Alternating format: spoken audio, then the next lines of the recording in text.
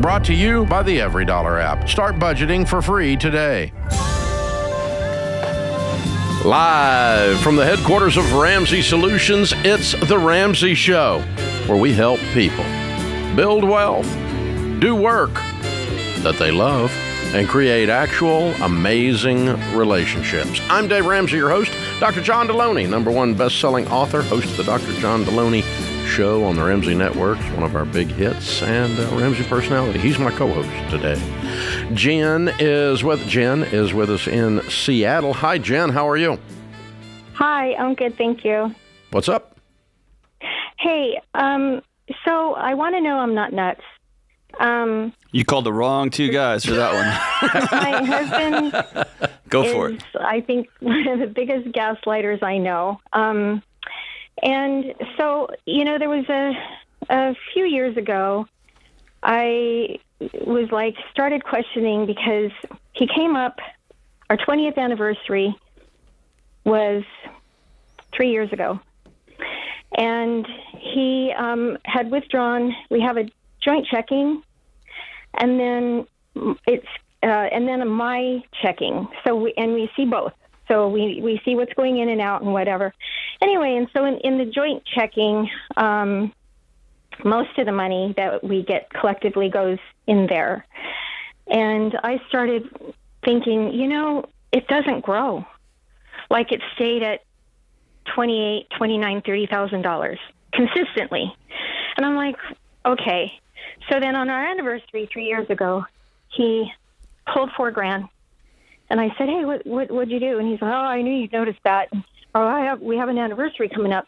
So our anniversary gets here, and he has a key with a boat float and brings me to the pier and says, here, honey, I bought you a boat for our anniversary.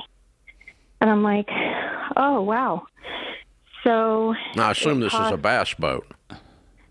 It's a 28-foot cabin cruiser at the harbor in a slip. Are you a boating gal?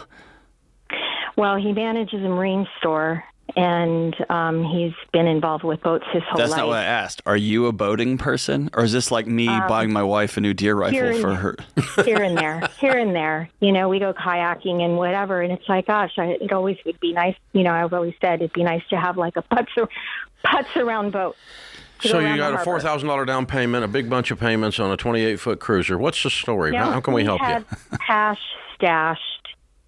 I found out that he had hidden $15,000 hidden money because I thought, where did this money come from? And I started going through the closet thinking, I'm going to find it. He's got money hidden in here somewhere. And I found $15,000 a year later. In cash? He used $15,000 in cash.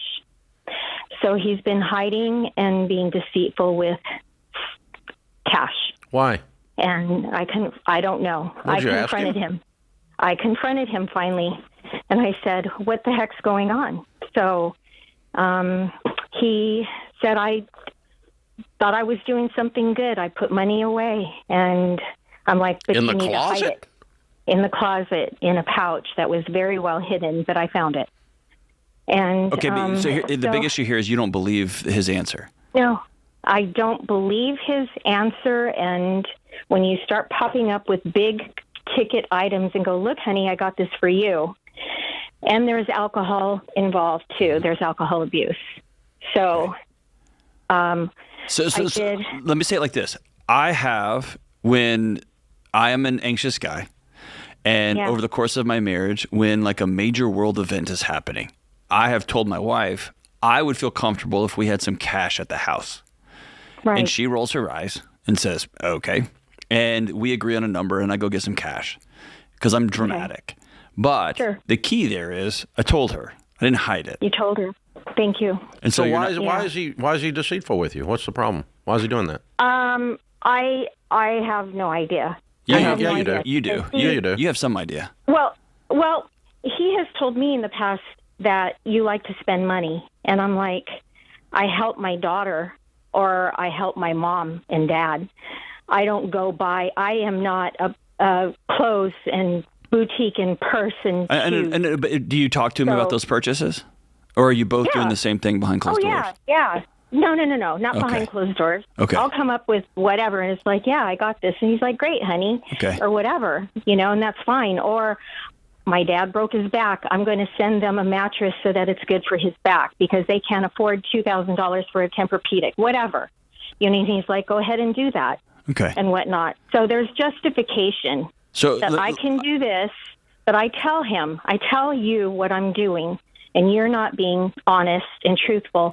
If you're hiding liquor and you're hiding money, I don't believe you at all. Yes, you're right to do that. Thank you. But if you, I guess the challenge for you I would have is if you go to him and say, my dad broke his back, so I'm going to do this with our money. Instead of saying, I would love to honor my old man. You get what I'm saying? But other than that, yes. I don't know. Dave, what do you think? I mean, yeah, if he's stealing thousands of dollars and hiding them, the bigger deal is you don't trust him. If my wife found $15,000 in cash, she would have questions, obviously, but her first default setting wouldn't be, you're preparing to run away or you have a problem with addiction. She would think, hey, you need to go see a counselor because you're spinning out on me again. But it would not, but your default is to, I don't trust this guy and he's doing something nefarious, which like me and Dave both said, other things are going on, right? Right. Then what makes you not trust yourself? Do you not want to deal with what you know to be true? No, it's we have a tumultuous relationship anyway. You're kidding. Yeah. I'm so shocked. Is he planning an exit strategy here? But the thing that really bothers me is that $65,000 of that is for caretaking for my son that has Down syndrome. And when I met my husband, my son was 15. $65,000 of what? My son's. No, I mean, wait a minute. I had $15,000 in the closet and I had a cabin cruiser. Now I'm at $65,000. What happened? I just got lost. Yeah, where's that money? $65,000 a year goes into our account. So on a monthly basis, divide that up, but it's $65,000 total a year that goes into our joint checking that he keeps pulling money out of and hiding. You don't need $65,000 to care for a Down syndrome child. No, we don't. Okay. No, we don't. You're being melodramatic. You brought the kid in as a flag wave here. All you've got is a husband. You and him are not in agreement on where the freaking money's going.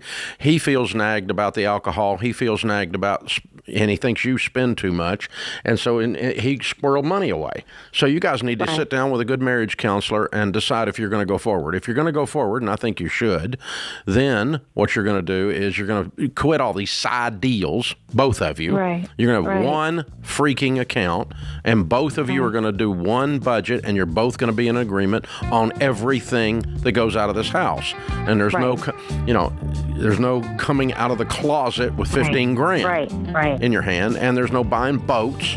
Surprise, honey! Look what I bought that I wanted and called it your anniversary gift. It's a bold move, man. There's no. I have to protect everything from you because you're deceitful. You guys got to get on a basis of trust here, and the trust is going to come from transparency and working together, and both of you have a vote.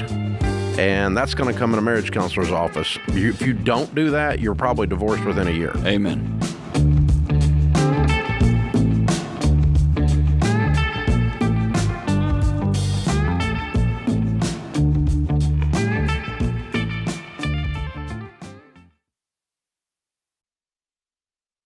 Rachel, do you ever get these sketchy text messages that are like, hey, you need to update your address and verify so we can get you the package you didn't order? Yes, I have, George. Sketchy, and never trust them. And that's why we recommend Delete Me. They help with that. Yeah, they do. Delete Me actually goes in and removes your information from data broker websites, and it is an incredible service that everyone needs. And there's a lot of shady companies out there that solely exist to sell your personal data to bad guys. And that means your info, like your email address, your home address, your kids' names, your name, everything is just out there for scammers and spammers to find. So much. But Delete Me will delete your data, hence the name. It's gone. They'll wipe it out for you so you can sleep easy. That's right. And then once they remove your information, then they're going to send you a detailed report telling you where they found your information, when they removed it, how many hours they've saved you. I mean, it is incredible. It's so detailed and it's beautiful. Get this. So far, they've reviewed 27,000 listings on my behalf, removed me from 240 data broker sites, and saved me 77 hours of time. It's incredible. Absolutely amazing. And Winston and I now get fewer texts,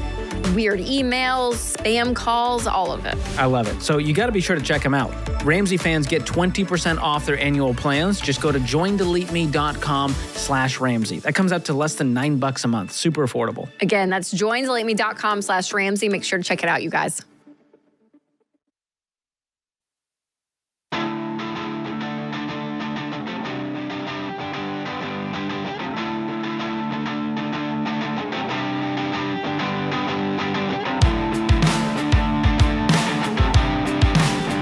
Hey, John, let's do a little mini seminar right quick. Uh-oh. Well, I mean, the number of times that we find people that are hiding money or buying things or doing purchases without their spouse. And to me, when that's happening, it is not the thing, it's not the actual hiding that's the problem. It's the fact that that is a symptom of a broken relationship. Always. And when you can't go to your spouse and say, I'm scared about something, I'm frustrated about something, I'm uneasy about something, then it manifests itself in a bunch of different ways. Or because I watch you behave, give money to your whoever, your family, or because I watch you spend, I'm a saver, I'm activated, I'm going to go over here, and that's my permission then to revenge save. Right. Deceitfully.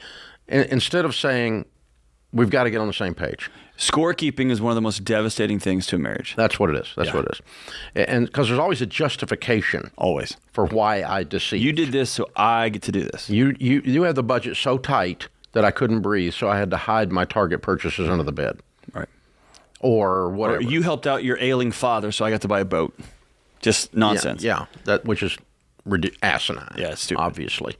So so what is the fix? The fix is if you have the urge to hide or a concern about your spouse oversaving, overgiving, overspending, under-organizing, you have really one healthy option, and that's put that in the middle of the kitchen table and set it on fire until we deal with it. That's right.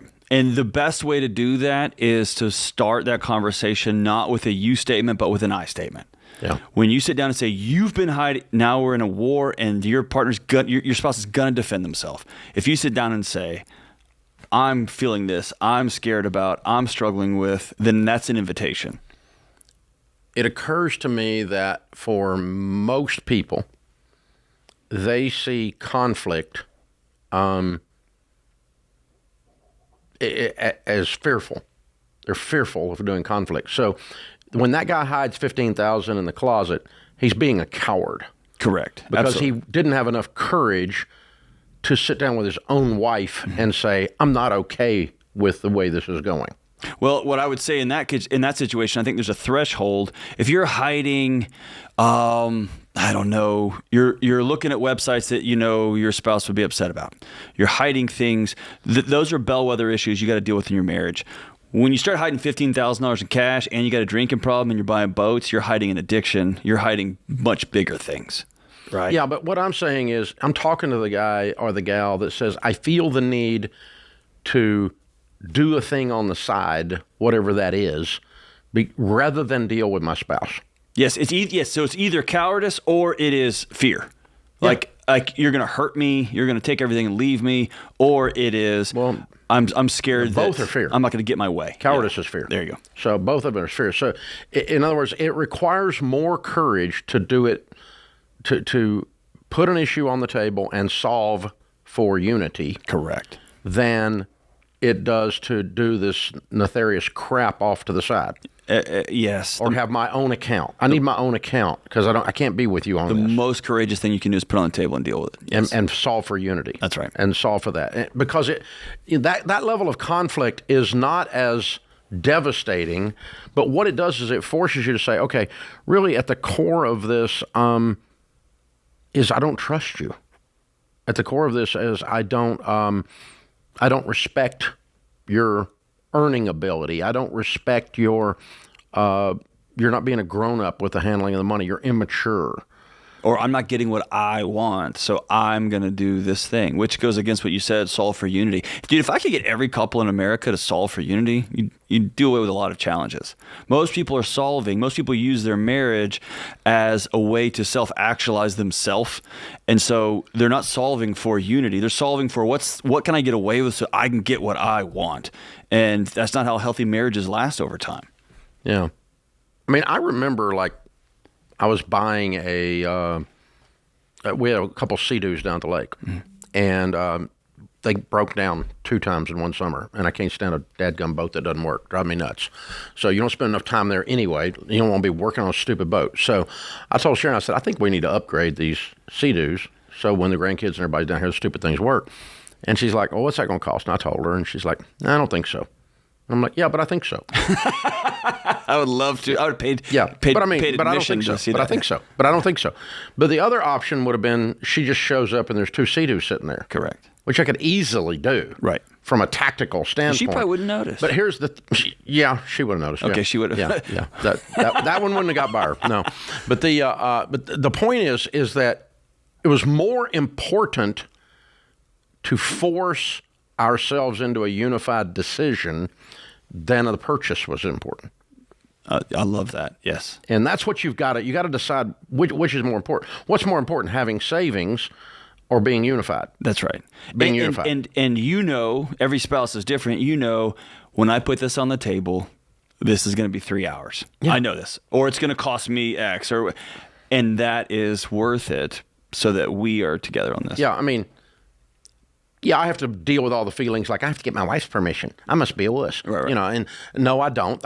I have decided that the best way to handle money and marriage and to have a great life is to be unified in these decisions. That is a decision I made. I have a better life when I solve for that than if I just do whatever I want to do. Then a temporarily comfortable life that then explodes on you. Exactly. Yeah. It's short-term thinking. That's right. It's Michael Easter. It's just we're going to do hard stuff day by day so that we don't have nuclear implosions at the end. Well, and then wonder why we don't. But these little the Bible says the little foxes spoil the vine. These little details just swept under the rug, and then we're gripe because we got a lumpy rug. That's right. The best way I've ever heard it said is conflict deferred is conflict amplified. Yeah. That's You're exactly going to have a bunch of little skirmishes. That's fine. That's it. If you don't, you'll have a world war. So my point is you're kidding yourself. Yes.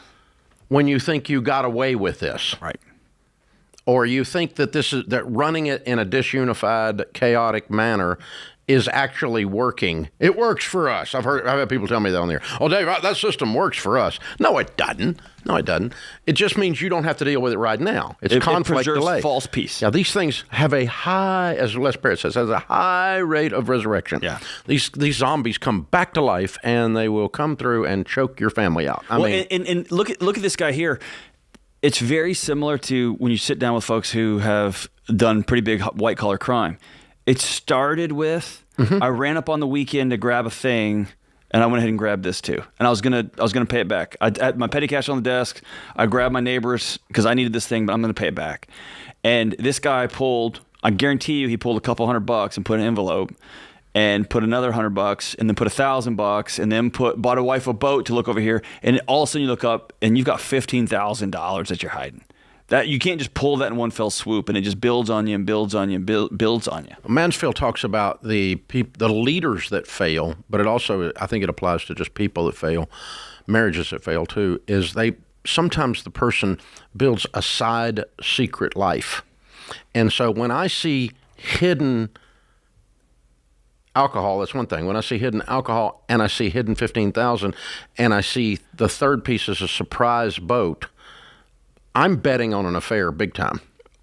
I would percentage-wise, absolutely, because he's built this side life. He's got another world. He's got a separate life over there, a second world. Right. And when it's almost like these video games where you build your own little world thing. And but people literally physically do that in the real world. Right. And they build a side life that they think is a secret life.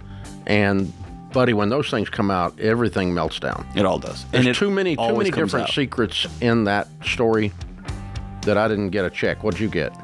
Oh, he's got another world. Yeah. Okay. Yeah, he's got a whole other planet. Yeah. Yeah, whole other planet that's his. Yeah. But if you find yourself having to create an alt universe to survive in, you got to deal with that. You should have dealt with your main universe, is our point. You took the coward's way out, hiding the stuff on the side.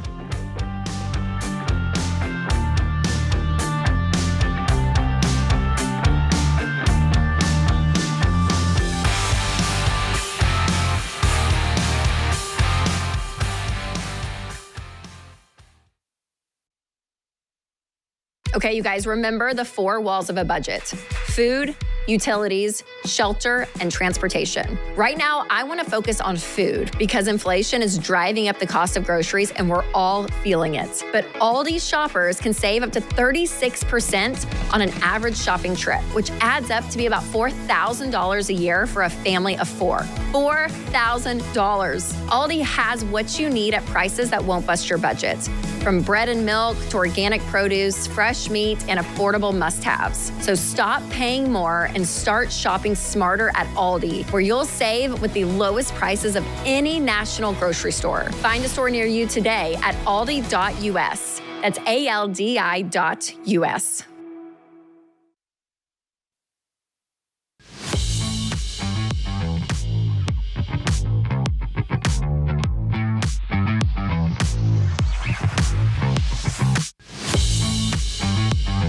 Erin's in Los Angeles. Hi, Erin. How are you?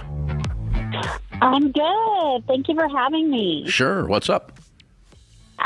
So my husband and I got married 2 years ago, and we both have started late with retirement savings. We're in baby step 2, and I, a year ago, started a really lucrative position, and it's just going to grow over time to even more lucrative, which is wonderful.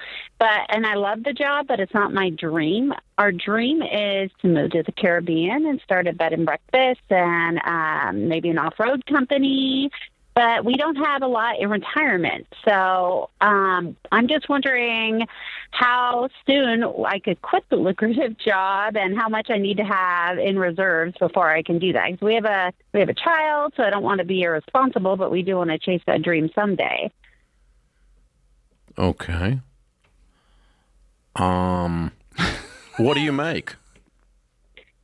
So right now I'm making around $150, and my husband makes around $130. Mm-hmm. Okay, so we got $280 to work with in Los Angeles. Okay. Mm-hmm. So you're not rich. So you're about minimum wage, yes. And how much debt do you guys have?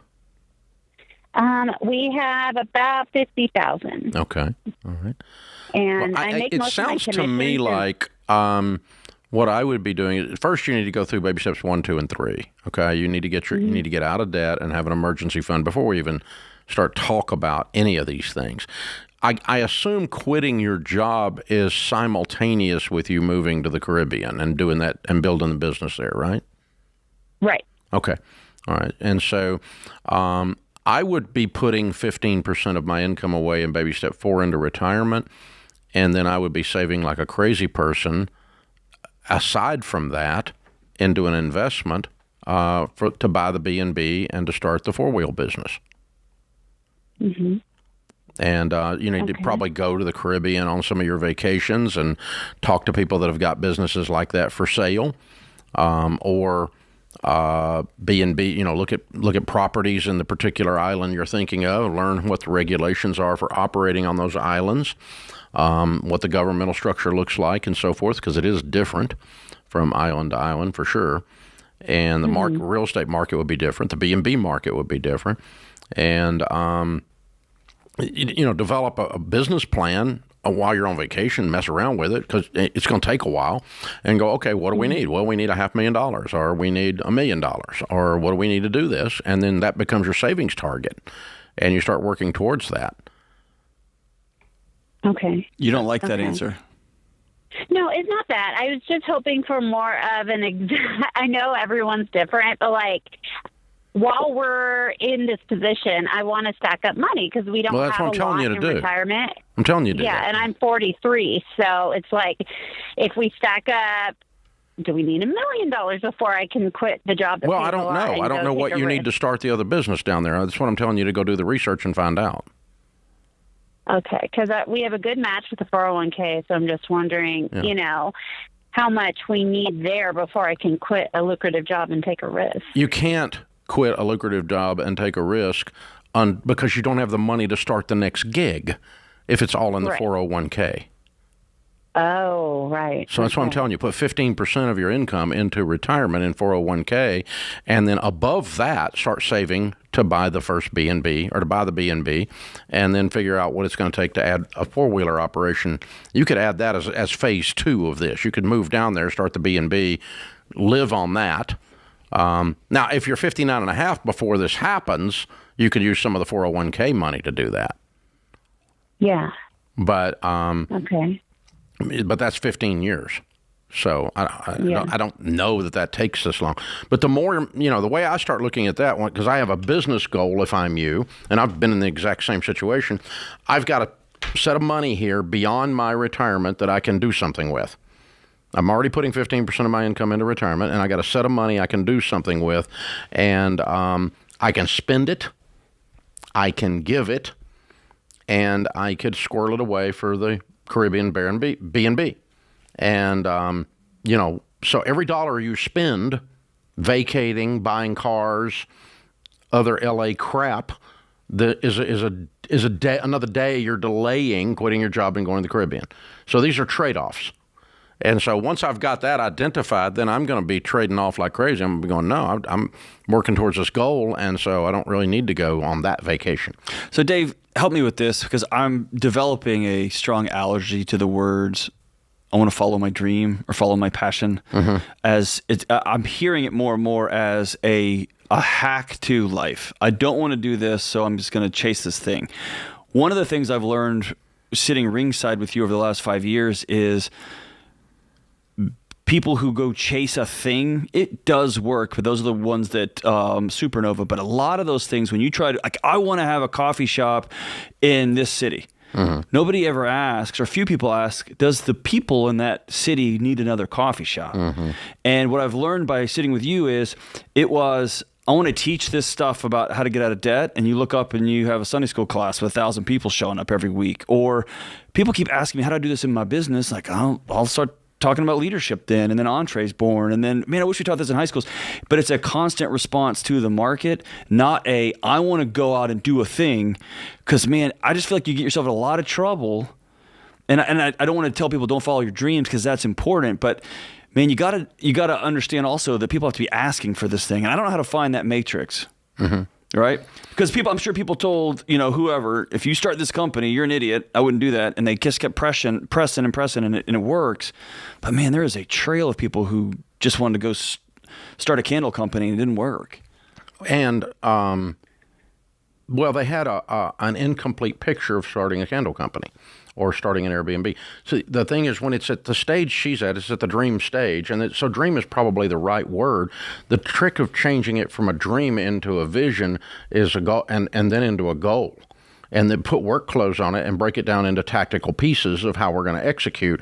And then you start to realize this dream is not all unicorns and Skittles. There's actually freaking work involved. In the Caribbean, you have governments that are unstable, and you have I don't know, if you had something like COVID happen, you could be completely bankrupted if you did the Airbnb wrong, because nobody's allowed on or off the island for a year and a half. Or you get it and you get it all lined up and it's perfect, and you realize, our take home is going to be $19,000 this year. Yeah, that's it. Yeah, because we didn't do, and we're used to 280. Right. And so, these dreams can become nightmares if you don't walk through them like a grown up. But sometimes when you say, I just want to live my dream, and she wasn't saying that. I'm not making fun of her, but I'm with you. I get that a lot these days. Follow your passion. Right. And Mike Kroll always laughs and says, no, why don't you ever try working? Yeah. And so, but, but I want to follow my dream. It's like sometimes when someone's saying that, and I'm not accusing this last caller of that, she may or may not be, but I'm not accusing her. But in general, the revulsion you have to the same one I have is it's like, okay, because I have a dream, the rules don't apply to me. The world needs to bend to what I can just my dream. I can just go do this tomorrow. I can microwave it because it's in my heart and I want to do it. And that's a child. Gotcha. That's a childish behavior. And so the adult reaction to that is, okay, I'm going to take it from a dream to a vision to a goal. I'm going to put work clothes on this thing and find out how you get bugs out of a house in the Caribbean because there's going to be bugs there. And I can't have them in the bed with those people that are staying here because I'll get a bad TripAdvisor review and the whole stinking thing's going up in flames. Yeah. Hello. How do you kill bugs? So, I mean, you're going to get down into that kind of stuff before you find out that this dream actually is a business, and it's like, it's not always fun. Or what I hear often is people love, a small subsection of people, myself included, love going to coffee, love the feeling of going to a coffee shop. And the thought is, I want this to be my life all the time. And they think buying a coffee shop and running one is going to feel like that. Or I had a great experience at a B&B in the Caribbean a few times. This is the life I want to live. Yeah. That's different than running a business there. Yeah. I mean, four-wheelers, 100% of them roll over and you have medical bills. Always. 100% of them break down. 100% of them have to be replaced about every 3 years if they're in a rental program. So, but they are fun, right? Yeah, but for the 30 minutes you're on one, it's a blast. It's 100% though. This is the Ramsey Show.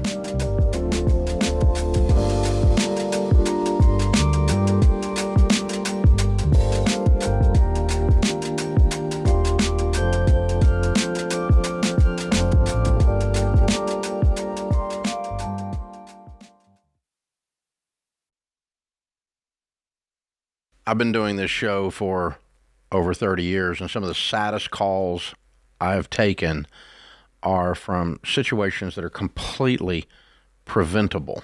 Yeah, and what's so hard is I feel like one of those, especially the ones that I'm like, oh, it's terrible, are people that call in and their spouse has passed away suddenly and they don't have life insurance. We actually took a question of a lady, and she had 3 kids, pregnant, and husband didn't have life insurance. And I'm like, I can't even imagine. Or even if it was opposite, right? If a mom passed away, there's a dad with kids and trying to figure out, how am I going to afford childcare? How do I outsource some stuff that maybe she was doing?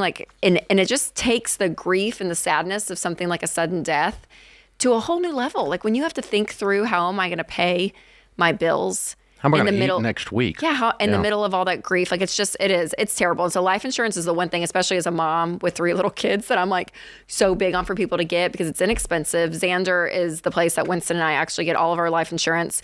And we keep re-upping it because I'm like, I just want it there. Like there's something about that safety of knowing that you have money if something suddenly happens. And it doesn't cost much because Xander shops among a gazillion different companies. It doesn't cost much. You just have to admit that someday you're not going to be here. You got to say it out loud, and you got to say, I'm going to say I love you to my family by taking care of them and taking the time to put this stuff in place. It costs us stinking pizza. It really is. So that is one thing to do, to say I love you to your family. So we've used Xander for all of our family's needs for insurance for many years, including, of course, term life insurance. To get a free quote, go to 800-356-4282. That's 800-356-4282, or go to Xander.com.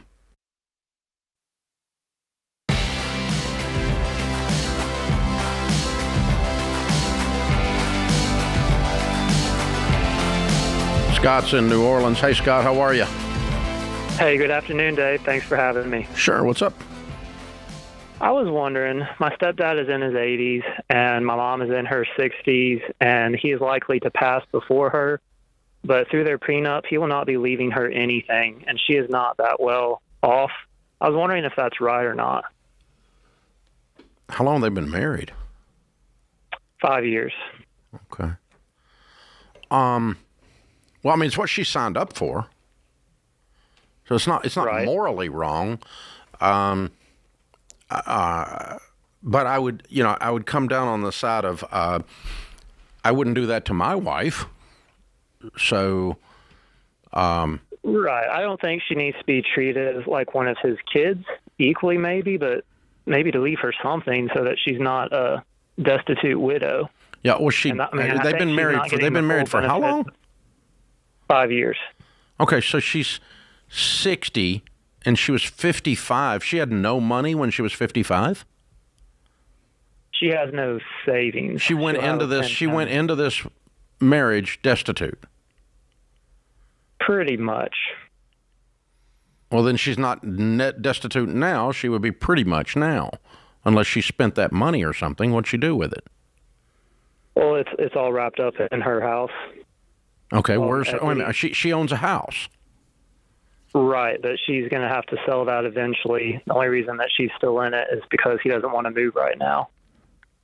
So they live in her house. Correct. Okay, and his assets have been supporting that. A lot of it, yes. Yeah. Okay. So because she can't afford to live there without him. Correct. Okay. How was she affording to live there before him? That's why she has no savings. She wiped it out staying in that house, I think. Okay. All right. Did your dad leave or pass away? They got divorced. They got divorced. Okay. Yeah. So she held onto a house. She kept a house she couldn't afford all that time, and She said drained she was gonna herself keep it down. till we were out Yeah. of high school, but she Yeah. never got rid of it after we left. Yeah. She drained herself down. Okay. So I can go back to being on the side of I want him to leave or something, but I also want you to reframe this in your mind. She's not destitute. She owns a house. So you need to quit saying that. And she can sell the not house at and she all. can have a life. And if she doesn't have any money, it's because she never handled the money right to start with, not because of him. Mm-hmm. The fact that she's not set up okay at this stage of the game is her fault, not his. I agree with that. Okay, so let's not make him a villain in this, because it was a little bit felt that way for a minute. I was getting ready to call him a villain for a second there, but I'm not. So now, and so she signed up and said, okay, prenup is I keep my house, you move in, we do expenses, you cover expenses or whatever, but whatever wealth you have attained will go to your children upon your death, and you're 20 years older than me, so you will probably predecease me statistically. So that's the deal they signed up for 5 years ago. Mm-hmm. Okay. Are his kids going to sue her for his part of that house? Now, he doesn't have any part of that house. It was hers before they got married. The prenup says Right. she keeps her house. Oh, okay. Okay. So, But he's paying into it. He's paying the bills. yeah, but she's not going to have that anymore, so she'll have to sell the house. Okay. And she's 60 years old. So what's the house worth? Probably $700,000. Is it paid for? No, she owes $250,000. Okay. All right. Do you not like this guy? No, I just don't think that she's getting the full benefits of a marriage by not having financial security if he were to leave. I mean, she would have to change her lifestyle completely and probably. But she was be a going to lot anyway. higher. She was going to have to anyway. I guess so, yes. Yeah. Because what she was doing wasn't sustainable. You already said that, right? Right. Before this guy. So Right. she was getting ready to have to change her lifestyle anyway. So the fact that he came along actually extended her ability to stay in a property that she couldn't afford is all it is. So, yeah, I if I'm in his shoes, I would want to make sure she was better taken care of than what you're describing. So I agree with your sentiment on that. You're asking this as a question, but you're really making a statement, and I'm okay with both. So, yeah, I would, if I was in his shoes. Now, if I'm not in his shoes and I put on her shoes, this is the trip she signed up for. And so she needs to start making plans now to be ready to sell that house when he dies. Mm-hmm. And move to a property that she can pay cash for with the equity of the house. Hopefully he lives a few more years and the house is worth $1 million and the debt goes down. And so she's going to clear $800 instead of clearing $500 like she would today. Mm-hmm. I mean, if every year he lives, the debt goes down, the house goes up. So her asset is increasing in value, and her livelihood, which is her entire livelihood. I assume she's not working. Correct. Okay. And she's going to have to change that because she's got this looming math problem over her head. Oh, she just changes the perception of when he dies, the house is sold. And the longer he lives, the more money that means for her. Because the house is going to go up in value, the debt's going to go down. Because this is the deal she signed up for. But you don't think she needs to get a job now too? Yeah, she probably should. Start She's socking 60. some money away. Yeah, she's 60 years old. Go work 5 years and put a couple $100,000 in the bank in a 401k, and then when he dies, you're okay. And if he doesn't want her to go to work, then he needs to change his will. And it's prenup. Yeah. If he needs to stay home, she needs to stay home and take care of me. I'm old. Okay, cool. Then you need to change your will. And the caretaking is going to cost you some money, buddy. Because otherwise I don't have a sustainable thing, because I signed up for a deal. You signed up. We both signed up for a deal here with our eyes wide open. That's a bad deal. Yeah. Yeah, the prenup is different than the will too, by the way. Right. So prenup would not, but the prenup probably addresses the will. But in terms of prenup would be not upon death, it would be upon divorce. The will actually would be the dictating document. But yeah, I would want to say, if I was married, something happened to Sharon, I got remarried, that I would want that person to be taken care of, and I would assume that my children, if I marry a lady, it means I love her, that my children would want her to be taken care of.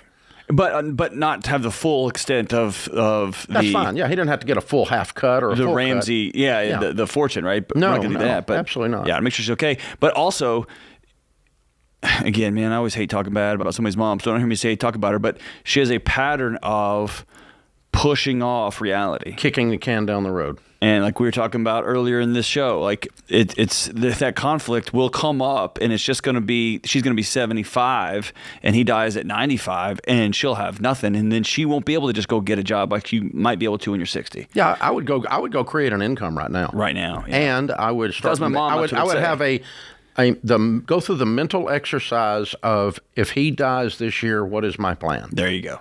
And if he dies next year, what is my plan? And it sounds like the plan is you're going to be selling the house. Well, no matter what, we're selling that house. But if we have to buy a condo with cash, then maybe we only have $300,000 left, or $200,000 left. Right.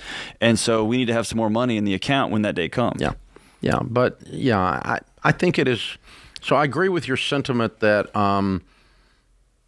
if I were in his shoes, I would want to make sure she was taken care of. And that's Scott's sentiment, and I don't disagree with that. But it doesn't make the guy a villain, because your mom signed up for this. Right. This is the deal she signed into. Yeah. And she's kicked things down the road. So she needs to come up with a plan to take care of herself, which is what she should have been doing 5 years ago anyway. Right. Sustainable situation, because he's not going to be here. And he's not leaving her anything. The calls I'm increasingly getting are from children have 2 young kids or 3 young kids, and their finances are tight, and they're staring down the barrel of a parent or parents who just refuse to acknowledge reality, and they're starting to say, I see myself becoming a caretaker, like the train's coming at me, and mom and dad won't do anything about it. Sandwich generation, stuck between my kids and my parents. Yeah. That's the money going both directions. So that's a problem. But I think the way you deal, I think it's a real good idea, since they were so smart to put everything on paper up front. Let's just go ahead and talk about the implications of that. Mom, he dies, you're selling the house.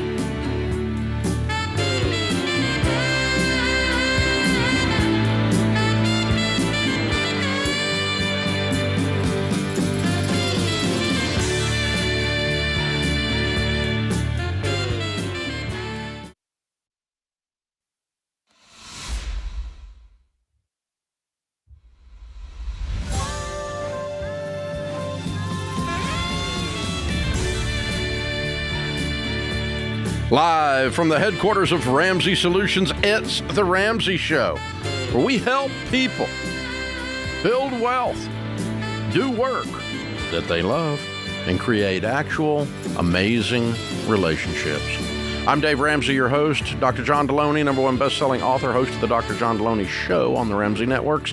Ramsey personality, he's my co-host. Katie's in Spokane. Hi, Katie. How are you? I'm doing great. Thank you, Dave. Thanks for taking my call. Sure. What's up? So I have kind of a tricky situation with my mom. My husband and I are doing great. We are on baby step 6. We're debt-free except our mortgage. And we are in the position of we provide a home for my mom. She was widowed in 2013, and my father passed away, leaving her with a mountain of debt, medical debt that they'd accrued over the years.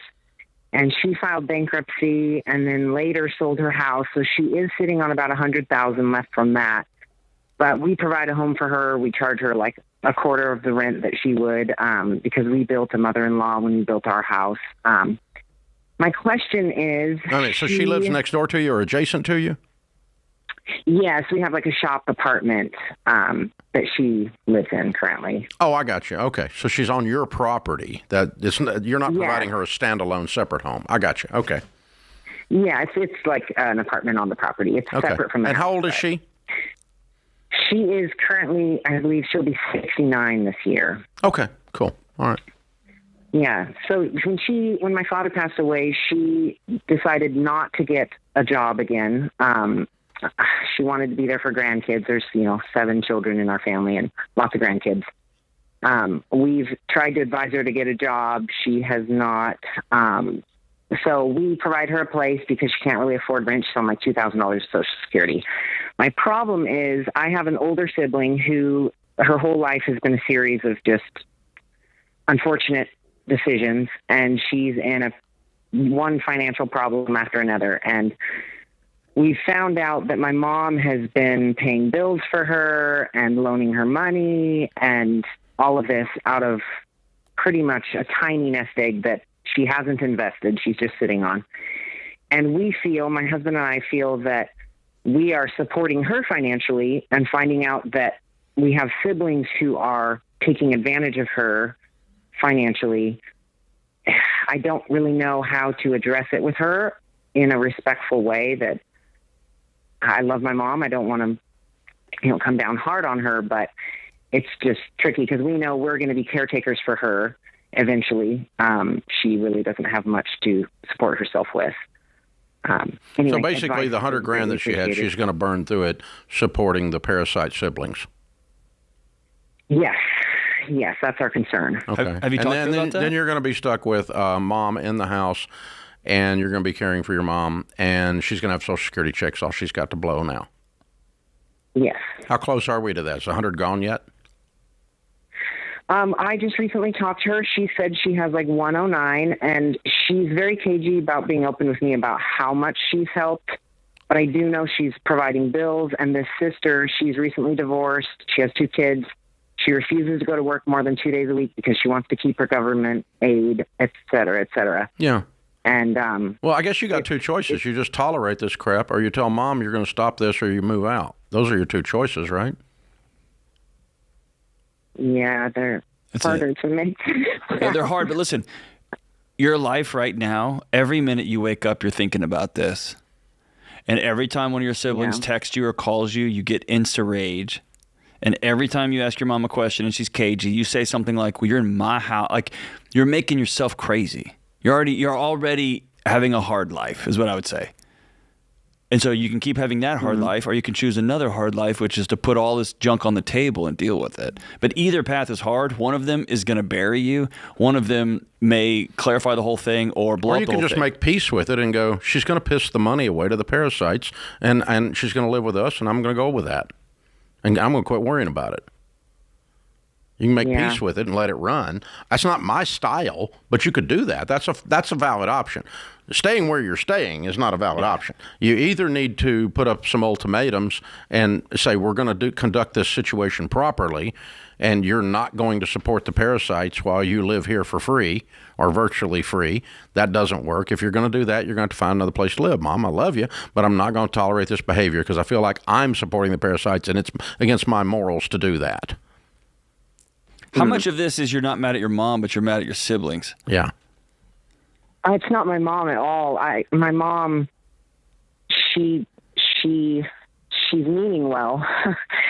Most enablers are sweet people. They're just enablers. Yeah. Have you ever? Yeah, I'm wondering. My question. Well, I'm wondering if I should address my mom more with this, or should I? It's the only way to stop. It's the only way to stop corner it. the lion, the sister. No, it's the only way to stop it. Have you ever had a conversation with your siblings when they were like, you know what, you're right? Ever? No. Particular one? No. They're not going to start now. They're not going to take stuff. You want me to quit being a parasite? I'm going to quit asking I don't think so. for free money. You're right. Yeah. I don't. That's not going to happen. That's not going to happen. The only thing you can do is convince mom to cut them off, and probably the only way that's actually going to happen is if she believes she's going to have to move. And you're not going to do that. Yeah. You're not. And so one more second spent thinking about your siblings is a second wasted on loving your husband, loving your life, doing something fun. Like, you're just wasting your energy because they're never going to change. Parasites like that don't change. Yeah. Proof is in the history, yeah. Yeah, and they're not going to. And so, I mean, you can address it with your mom and say, listen, I know this is going on, and I think you're out of control, and I really think you should stop because I think you're harming them. Because enabling is always harming the recipient, too. Because by giving your sister money, your sister money, you are giving a drunk a drink because she refuses to work, and now she gets to refuse to work. But if she didn't have the money, then she would go to work. Yeah. Or she'd sit on government assistance or whatever she was going to do. But your mom's not helping her. She's harming her. Enabling always harms the recipient. And enablers always think they're sweet, kind people, but they're not. They're harmful people. Your mom thinks she's sweet, but she's not. She's harming. She's harming her own children, and she should stop it. That's what I would tell her. Or in a... I don't disagree. In a even further extension of that, your mom's actually a parasite in a way too, because she's using her kids to feel better about herself because she won't have that hard conversation. You see how this just continues downstream? Yeah. She's using them to feel good about herself because she says she has to live in her other kid's house. You know, at a minimum, I would say you're going to have to do two things, probably for sanity's sake. You do what you want to do. I'm just putting myself in your shoes because I don't think you're going to tell her to move. Might be the best thing that happened to her, but I don't think you're going to do it. And so I think you got to make peace with it, number one. Number two, I think you need to have a very clear, calm, but very direct conversation with your mother about her misbehavior. And she should stop it. This is The Ramsey Show.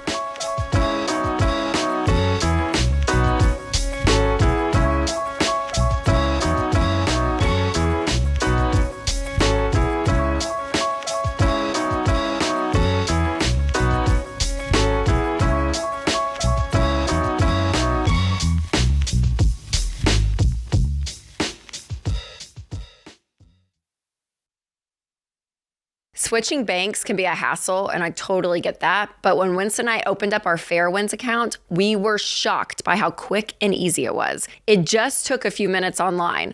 We didn't have to block off an entire afternoon or track down paperwork. And the next day, we got a personal call from a Fairwinds specialist just checking in. I couldn't believe it when I answered my phone and I was talking to them. I was like, y'all are the nicest people. Now, if you're working hard to save money, get out of debt, and build a future, you should have a bank that supports that, not fights it. That's why I recommend Fairwinds. They created these smart checking and savings bundles specifically for Ramsey fans. Plus, they have a great app, and you have access to over 33,000 fee-free ATMs and more than 5,000 shared credit union branches across the country. So you can have access and withdraw your money just like you're used to, no matter where you live. Don't settle for a bank that slows down your progress. Make sure you choose one that helps build you up and helps you win with money. Visit fairwinds.org/Ramsey and open your smart bundle today. Fairwinds.org/Ramsey. Fairwinds.org/Ramsey. Fairwinds is federally insured by the NCUA.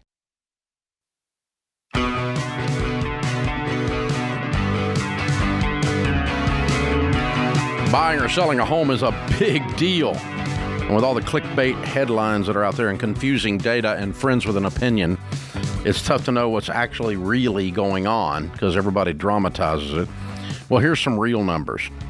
The average house price in America went up slightly last month. It's about $440,000 right now. And we just hit over 1 million homes for sale. That's the most inventory we've had since 2019. House prices have not fallen. They have continued to rise. The average 15-year fixed rate is a little bit up. It's still under 6%, 5.95. And so if you're ready and you want to learn something about buying a home right now or selling yours, you can check out everything about the market trends and everything else with confidence at RamseySolutions.com/market or click the link in the show notes. Our question of the day is brought to you by Why Refi. Why Refi works with borrowers who have defaulted private student loans, even when other lenders have said no, with a lower payment and a low fixed rate. You could have a clear path forward. You could get out of this mess. Visit whyrefi.com/Ramsey. That's the letter Y, REFY.com/Ramsey. Might not be in all states. All right, today's question comes from Nikki in Georgia. Nikki writes, I'm reading Building a Non-Anxious Life, but getting over anxiety is hard. Our annual income will be $100,000 soon as my husband is changing jobs. He was laid off during COVID, and our debt spiraled from there. We worked hard to recover from that setback and will be debt-free by December.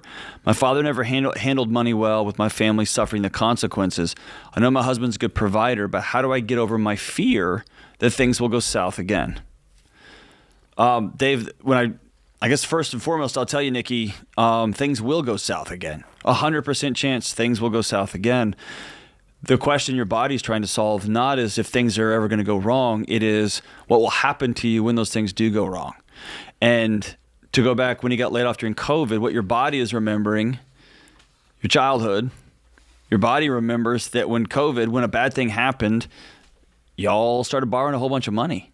And debt doesn't happen to you. It's a choice y'all made to continue a certain life as that was happening. So your body just is remembering. And so it's just sounding the alarms, right? And so a great first step, I'm proud of you guys being debt-free by December. I promise you when you cross that threshold, your body will exhale a little bit because you'll be a little bit safer. And then you get an emergency fund, it will exhale a little bit more. And then y'all commit to each other. We will never put ourselves in a position financially that we're not going to be okay. Your body will go, okay, good. And then something's going to go south, and then you're going to keep your promise to yourself. And bodies get nervous. They get scared. If you talk to elite military guys, they're scared. They're nervous, but they're not anxious because they've drilled that thing so many times, and everybody knows where everybody's going to be at all times. And if they're not, they know what to do next. And so they're not anxious about stuff. And so that's what we're doing here. We're just going to keep doing the next right thing over time. But you got to give your body a chance to not be sounding every alarm, which means you can't owe people money. You got to trust yourself, and on and on. Yeah, Building a Non-Anxious Life tells you exactly how to do that. You make deposits in those 6 areas. And that's why we're never going to do an anxiety-free scream. I don't want to live in a house without a fire alarm, right? I want my body to be anxious when it should be, but I'm going to do all of the things I can every day to know that if I am anxious, it's for something real, right? Not for all of these things I've created in my world. Yeah. Yeah, you really do want to be anxious at the appropriate times. Yeah. Like a friend of mine showed me a picture this weekend. I was playing golf with him. He was in Africa doing one of these safaris. So the major male lion in the pack comes up and just lays beside the car. And it's open car, one of those things. And they're taking pictures. And he's got the picture right, at his feet almost there. And the guide is like, don't worry about it. He's just lazy. He'll lay there a minute. And then the female, the mom, starts coming over, moving towards the truck, and the guide goes, okay, time for us to move now. But I mean, yeah, you want your body, you want to go, this is a wake-up call here. Right. And so if the guy knew, hey, this is not safe, and I'm just going to keep sitting here, and then he sees that line getting closer and closer. I don't have any anxiety. His body would be failing him if it wasn't ringing every alarm off the hook. Yes. Exactly. And so if you're broke, you have no money, and everything that happens is an emergency, right, then it is good to have anxiety. Yes. Anxiety is telling you to straighten up. Go get your house in order. Get your crap together. That's right. That's anxiety is your friend. That's right. Then. That's right. And but also if you have a fully funded emergency fund, $500,000 in mutual funds, your house is paid for, everything is paid for, you have zero debt, and you're making up stuff, you're catastrophizing in your mind. Now that's not good anxiety. Absolutely, go sit with somebody. Yeah, there's something wrong there. Yeah, the alarm's not working right. It needs to be recalibrated, and that's all good. Go get that work done. But I think Nikki, to be honest with you, I think your body's working perfectly right now. You should be anxious. You've been through this road before. You grew up in this world. And then you did it again during COVID. And then you did it. Yeah. And so your body's trying to get your attention as it should. Just keep doing the next right thing. So work the stinking baby steps. Right. Work 6 jobs. And, a little desperation is good for the soul. Yes. It'll cause you to go out there and bust it and sacrifice and win. And some good hard work is good for the soul. Yeah. Tara is in Evansville. Hi, Tara. Welcome to the Ramsey Show. Hi, Dave. Thanks for taking my call. Sure. What's up? I'm in a really tough spot, and I need some help. I went through a divorce in September of 2024, and as part of that settlement, I was ordered to pay my ex-husband $170,000. So it's been almost a year, and I've paid down. Why? Because we had a business and a house, and they're intertwined. So the house is on personal acreage with a barn, and then we have 7 cabins that we own. So his buyout portion was $170,000. But you kept all that. I kept all of that. And you had to buy him out. Okay. All right, I'm with you. And how are you planning to do that? So I did pay. I was able to pay off $100,000 to him. Of course, I borrowed it from other people because during our marriage, I traveled, and I travel as a quality director of nursing. And so I've traveled a lot and paid for a lot of our bills, that personal bills, and then I supplemented the business if I needed to. And so I really didn't have the interworkings of the business very, very well. He stayed here. He didn't work or do anything. He just took care of this place. And so we came to $170,000 as an agreement. I paid the $100,000. When I took over the business, it was like $35,000 in arrears. There was $3,000 in the account. When you agreed to pay him $170,000 last fall, where were you planning to get that money? Refinance the house, and then the loan is separate. So we had an LLC at that time. Did you do that? The LLC, I haven't been successful yet. Why? The business is not a problem. I went back to the same bank that has our loan right now, and I asked to refinance and to take the additional money out, and they declined and said, I do have one other loan besides the property. It's the SBA loan, and they said, no, we won't do it. Now, there's a lot of personal things as far as I'm concerned. Like, I live in a super, super small community, and I know, like, my ex-husband and him are best friends, so that's some of it. But either way, and so I went to another bank. You would think he would want his best friend to get $170,000. So I don't agree with your conclusion. Well, they want us. My ex-husband wants me to fail. So, but then the other part, I guess I didn't know much about the business and I did go out to another place, and I got all the way through the whole entire process with the house, and they would do the refinance, but they would not give me the extra $70,000. Now, a couple of reasons: I am a contract worker, so what do you make? Do contracts, like $200,000 a year. Okay, and why are you holding on to this piece of trash land that's dragging everything in your life down? The 7 cabin rental business? Yeah. Why? It doesn't make money. It loses money. Why would you want to keep it?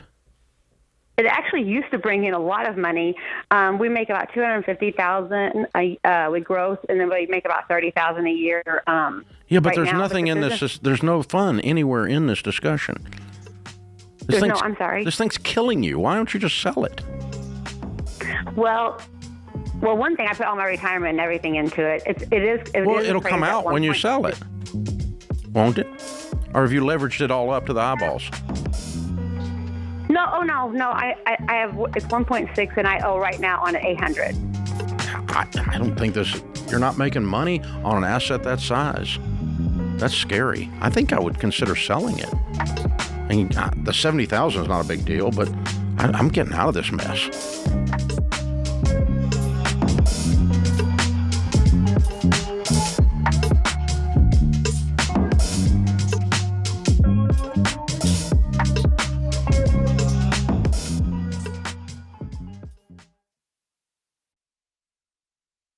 These days, business as usual is anything but. Tariffs make trade policy a moving target, supply chains are squeezed, and cash flow is probably tighter than ever. So if your business can't adapt in real time, you're in a world of hurt.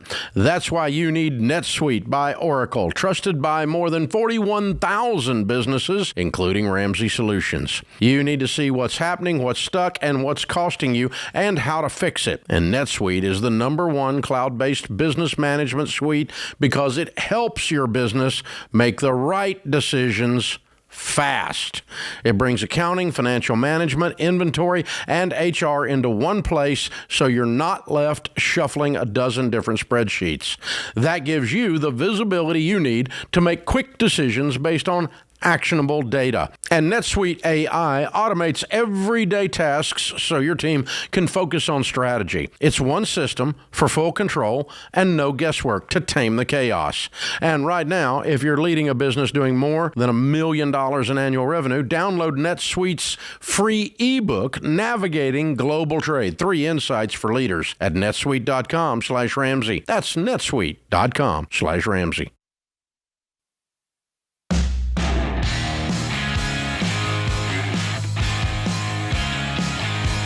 In the lobby of Ramsey Solutions on the debt-free stage, Alan and Sabrina are with us. Hey, guys, how are you? Good. Welcome, welcome. Where do you guys live? Casper, Wyoming. Ah, fun. Welcome to Nashville. And how much debt have you two paid off? $208,005.25. Okay, good. And how long did that take? 58 months. Good for you. And your range of income during that time? Oh, so during this process, we started at 140, and then we went up to 280. But in 6 months of this, we were down to 72,000. Now you're at 72? No, during our process, we were at 72,000. At one point. Oh, I see. Okay, so back and forth. Okay. 140 down to 72. Up to 280. Okay, what do y'all do for a living now? I'm a project manager in pipelines. Mm-hmm. And I'm an engineer in the oil and gas sector. Oh, thus the volatility and the, okay, I got it. Okay, cool. In Casper, Wyoming, no less. All right, very cool. Yeah, y'all have had a boring 4 or 5 years there in Casper, so Oh, good it's for you. been up and down. So what kind of debt was this 208? This is our mortgage. You paid off your house! Looking at weirdos! How old are you two weirdos? I'm 36. 44. All right, and a paid-for house. Nice house. We're seeing a picture of it beautiful. pop up here. A little snow on the ground there in that pic. What's this house worth? Well, we actually we got a mortgage for $235. So that was back in 2015, and it's probably worth over $400, $450 right now. Yeah, I bet it is. I bet it is. And I saw a picture of you standing in the snow with your bare feet to see if the grass feels different. That was 2 days after pretty cold. Yeah, 2 days after. So, Dave, I thought you'd appreciate it. The snow is wider. Yeah, there we go. Okay, there's the grass. All right. I like it. Very good. Very good. Fun. Way to go, guys. Okay, so how much in your retirement nest eggs? We bought about 250, 300, so we're pushing $750,000 mil. Yeah, you're bumping towards $1 million real quick. You're going to be baby steps millionaires, and in your 30s. Wow, way to go, y'all! I'm proud of you. What started this whole thing? How'd you do this? What got you on this Ramsey train? Well, we were quite stupid when we both graduated from college. We took out a lot of debt. We financed snowmobiles.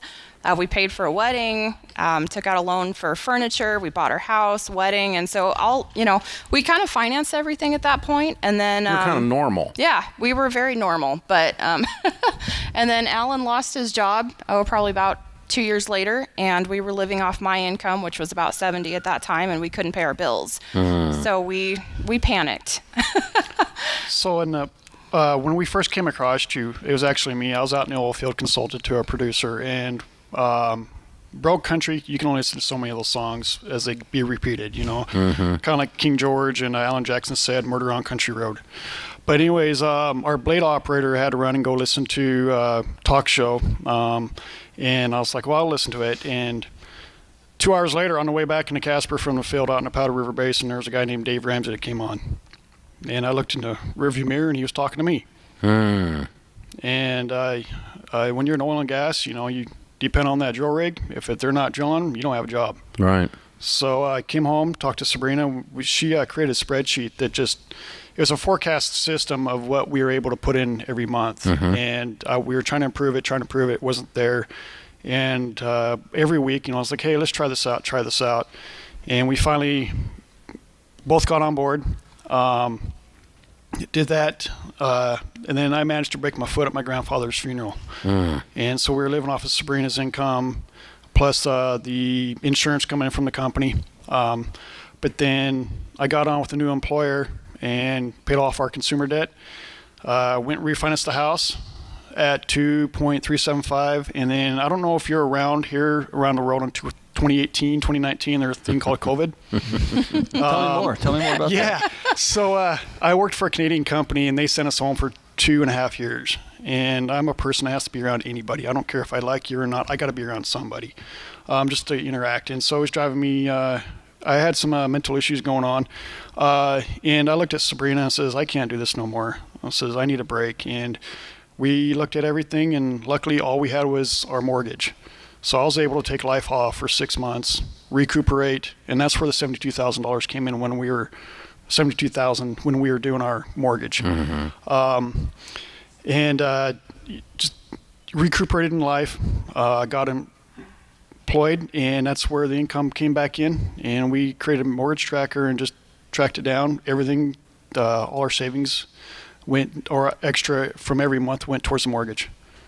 So, And this was about the time when we left my Excel spreadsheets and kind of got onto the every dollar budget and really started using that pretty hard. So that was a big transition for us, going from Excel spreadsheets to the every dollar. That's hard for an engineer to say. Yes. I'll try somebody else's path. I mean, I liked my spreadsheets, and Alan didn't, and so we kind of had to make a compromise and go to the every dollar budget tracker. So there we go. All right.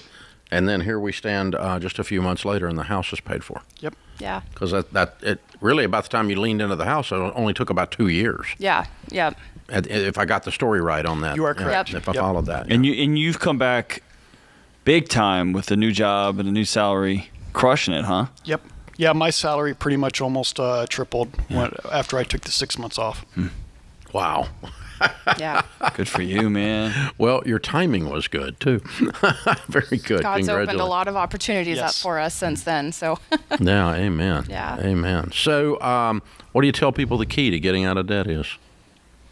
I think you have to be on the same page as your partner. I mean, that communication between spouses as far as spending and, just the budget, that was probably one of the biggest challenges for us, was communicating and making sure that we knew, purchases and where we were headed. So you have to be on the same page in a marriage. Just open communication. Yeah. Don't be afraid to say, hey, I want to buy this, or no, let's push that off till next month. Yeah. So what's the big thing you're going to do now that you're 100% debt-free and almost millionaires? We're going to go get a steak dinner tonight at Perry's. That'll do. So, yeah. That'll do. Yep. We got some work to do on the house, some siding, fencing, back patio needs to be refurbished, kitchen. So. All right. Yeah. But also a little bit of playtime in there, too. Yeah. Amen. Sure. Sabrina, what do you tell the person in the marriage that is the spreadsheet person that continues to say, no, my way is going to work. Just trust me. It's going to work. It's going to work. Is there a hack to that conversation that will help somebody moves you to every dollar? Yeah. exhale and say, you know what, we're just going to do a regular budget? I think you have to be open-minded. Okay. You just have to be flexible. I think for me, I understood my spreadsheet really well, but I didn't communicate it to Alan very well. So he would ask questions and, question the numbers, and I didn't communicate them well. So I think just finding what works for you as a couple and how your minds can kind of work together, but definitely be open-minded. If somebody has different, numerical ideas or different tracking ideas than you, it's okay. Yeah. So. Brother, what did you do that 6 months? Did you go to a counselor? Did you go hit the gym? What did you do? Actually, I was seeing a counselor short before then, but I increased my visits with him. But I volunteer for animal rescue organization that Sabrina's on the board. So I transported dogs from Casper, Wyoming up to Billings, Montana, Reno, Nevada, Bozeman, Boise. So I was all over the road, just go out and do something. But you had a purpose. Yeah, good for you. Yeah. Good for you. So. Good for you. You didn't just take time off and just stare off into space and hope it all got better. Nope. You got after it. I'm proud of you. Good for you. Yeah, way to go. That's hard work right there. That's very good work. Very good. Proud of y'all. Way to go. Thank you. Who was cheering you on along the way? I think each other. I mean, we were each other's biggest cheerleaders. You know, we had a couple neighbors that kind of knew that we were on the Dave Ramsey program, and, you know, they were egging us on at different times, too. One of our neighbors brought us cookies after we paid the house off. Yeah. So. I like it. But- Well, you need to take them a steak back. Yeah. Dave, since you mentioned that, the funny thing was the consumer debt. I was the nerd. She was the spender. free-spirited. I was the spender. We and you were flipped on the mortgage. We did. I wanted to go play, watch football, buy guns, and we got to get going because we're running up against the clock. Here. I Let's do like it. All right, count it down. Let's hear a debt-free scream. 3, 2, 1. We're debt-free! Yeah! $208,000 paid off in 58 months. Quite a story. Way to go, heroes. We're proud of you. Woohoo!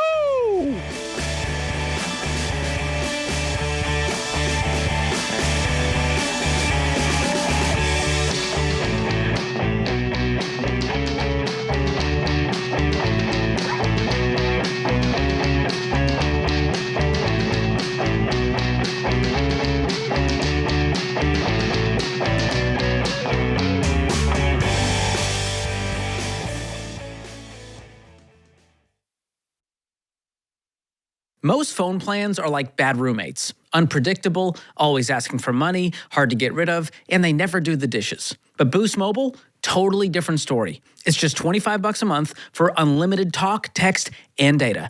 No contracts and no weird hidden charges. Just $25 a month forever. That's right, the $25 price will never go up. And if you're still skeptical, I get it. That's why Boost Mobile offers a 30-day money-back guarantee. So try Boost. You'll love it or get your money back. Go to boostmobile.com/Ramsey to make the switch today. That's boostmobile.com/Ramsey. Restrictions apply. See boostmobile.com/Ramsey for details.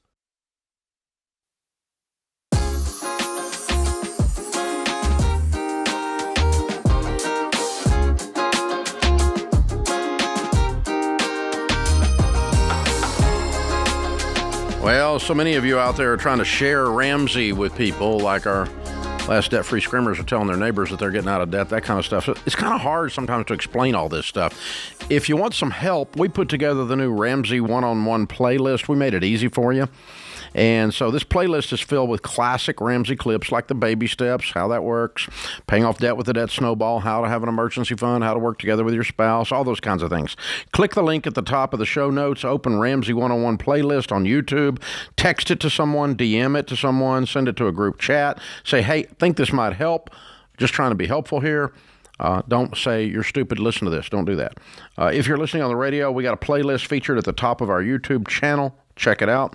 Who's the one person you're going to share this playlist with? It's one share, one step that could change everything for one person. Hector is with us in Scottsdale, Arizona. Hey, Hector, what's up? Hey, how you doing, Dave? Better than I deserve. How can I help? And by the way, how you doing, Dr. John? I actually have your book right next to me, and I started reading it this morning. I got it on Saturday, so it's going well. Thanks, brother. Yeah, so I'm 24 years old. I have $16,000 saved up. I am going to Europe in less than a month because one of my best friends is getting married there, and I'm going backpacking, so I'm going to spend I'm budgeting like $5,000 to $6,000. My current job as a server, the restaurant is closing right before I leave. So when I come back from Europe, I'm going to be jobless, as well as I'm resuming my career in aviation. So I'm going to be taking on a lot of debt when I come back. So my question is, how do I manage my money, which is going to be almost less than $10,000 when I get back? Do you know what show you're calling? Yeah. All right, good. Just before we get going, just want to make sure we're on the same page, man.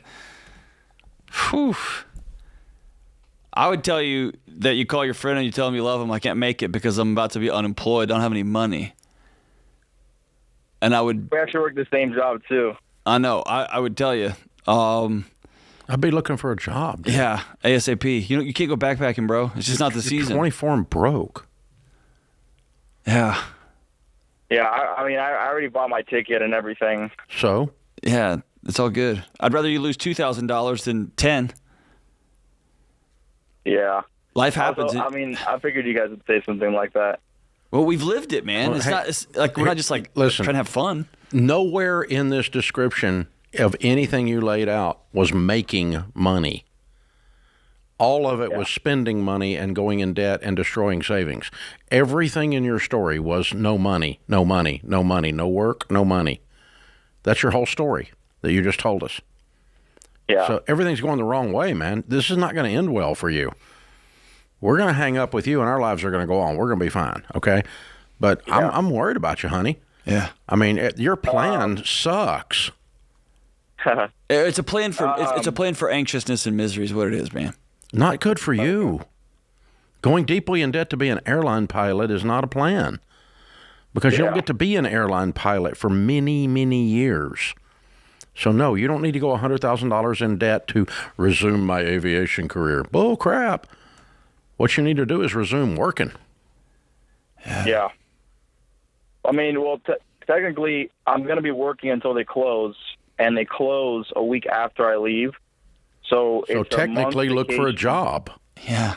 Because you're getting ready to lose yours. Like, I know when I'm in Europe, I'm going to be, I'm already looking at other serving jobs. Hey, Hector, you do whatever you want to do, honey. You called us and asked, and we told you what to do. Yeah. There's nothing in this. You're not going to be able to talk your way to where, John, and I think this is smart. We are worried about you, honey. I think this is not going to end well for you. This time next year, you're going to be sitting in neck deep in poop and trying to, and just because you've been shoveling on yourself. And that's what you're heading towards. So you need to rethink this. You act like this is Skittles and unicorns are just going to pop out from somewhere, and they're not. Or that this thing, like that you get to do what you want to do, and that math or these other things will just circle around you. I tell you right now, if I was about to lose my job and I had $16,000 to my name, I'm not taking the trip. I'd call my friend and say I can't make it, man. I'm going on a European vacation to celebrate. Yeah, I've got to. Yeah. And maybe, Dave, I don't know. You know what? Maybe this is one of those situations where you're 24 and, dude, I thought I was really a tough guy until I walked into an MMA gym at about that age and got my head handed to me a few times and realized, oh, I need to listen to some of these other guys who are wiser than me. But maybe this is one of those like me that would have told you not to go over there? You got hit on the chin a few times. But my goodness, man. Yeah. It's not going to work, Don't buddy. do this, Hector, please. You can play this back in 6 months and see if we came true or not. I don't know, but I'm there's nothing in this that you described that sounded like a good ending to me for you. I'm worried about you. If you're tired of living paycheck to paycheck, you wonder where your money's going, our team is hosting a free budgeting training this month. You'll learn step by step how to make and stick to a budget, a plan, using the Every Dollar app, the world's best budgeting app. And it's also going to guide you through the baby steps and everything else. Plus, you can get your biggest budgeting questions answered in a live Q&A. Spots are limited. Sign up for free at everydollar.com/webinar. Jake is in Chicago. Jake, go straight to it. I'm short on time. All right. Hey, guys. Just wanted to say Happy Father's Day. Got a girlfriend that I'm in love with, godly relationship.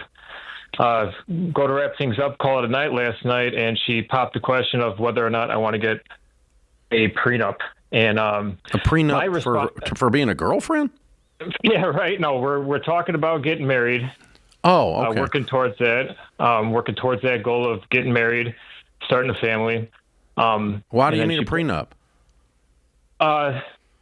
There's just assets that I probably have more assets than her, more or less. What are your assets? How much are you worth?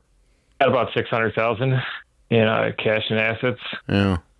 All right. And what do you make? Make about $110 to $120 a year. What's she make?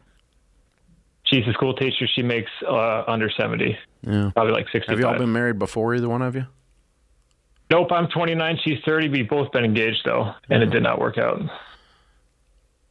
The only time I recommend a prenup is with extreme wealth on one side versus the other, and $600K is not extreme in my mind. It's a lot. Okay. You've done very well. I'm not making fun of you, but if it's $6 million, I'd probably say yeah. Okay. But if it's $600K, I probably wouldn't. I'm just going to combine my assets and bet my life on this girl.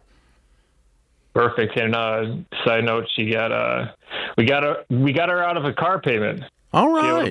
Yeah, How did we do that? She had a car payment. You're not married. Not married. I did your some advice and her money. my advice and her money. Good. Yeah, Okay. I like that. That's a good formula. Using the tools from my mentors that I watch. And this is my second time calling in. You guys helped me out about 3 years ago.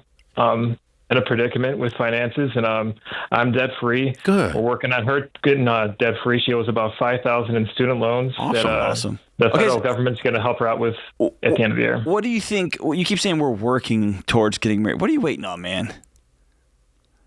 Waiting on? I got to go do the cordial and polite thing and ask your parents. Do it this weekend. All right. Just do it this weekend. How long y'all been dating? We've been dating for about 8 months. Okay, never mind. I back up. I thought you were already together for like 5 years. My bad. Take your time, bro. No. Take your time. That one's on me. Jake, you're good. You're good, man. Way to go. I would not worry about a prenup at that level. It's okay to discuss these things and talk about them. Even document that you came into the marriage with the premarital assets. That's an okay thing to document, but because in most states that would be respected anyway in the event of a divorce. But I don't think there's enough money there that it's going to create weirdness in your extended family, which is usually my primary concern with a prenup. It's not you and her, it's her crazy brother that thinks he hit the gold mine because his wife married a guy with assets. Her sister married somebody. Yeah, some parasite in the family decides they're going to latch on, and that's the only. And you can just look at them and go, well, "I can't do that. I got a prenup." It's the only. That's what it's mainly good for, and of course the end of a marriage, those kinds of things. But I wouldn't, Jake, in this case. Thanks for the call, brother. This is the Ramsey Show.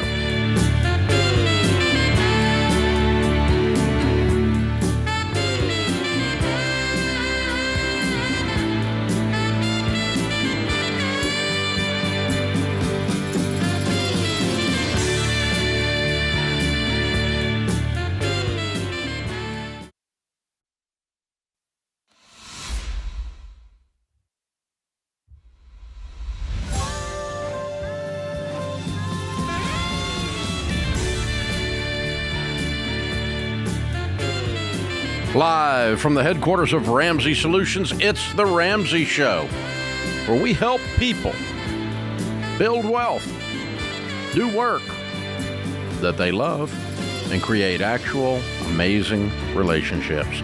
Dr. John Delony, #1 best-selling author and host of the Dr. John Delony Show on Ramsey Networks, Ramsey Personality. He's my co-host today. Jessica is in Missouri. Hi, Jessica. How are you? I'm good. How are you, Dave? Better than I deserve. What's up? I just got married in March, and congratulations. Thank you. My husband and I have been working on baby step #1, but as we approach baby step #2, I've been getting a ton of phone calls and letters in the mail from different organizations offering personal debt consolidation loans, and it is becoming more and more attractive to me to consolidate all of our debt into just one monthly payment to help manage our monthly budget a little bit better, possibly lower our interest rate on the debt. I just want to know what you think of a personal loan for debt consolidation. I would not do it. No? Under no circumstances. Unless it was to avoid bankruptcy, and you're not bankrupt. That wasn't why you called.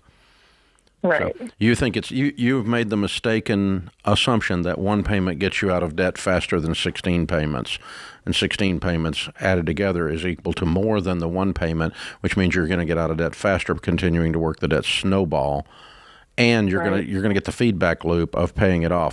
The problem with debt consolidation is, #1, people end up rolling lower interest rates into it than they're actually going to pay on it.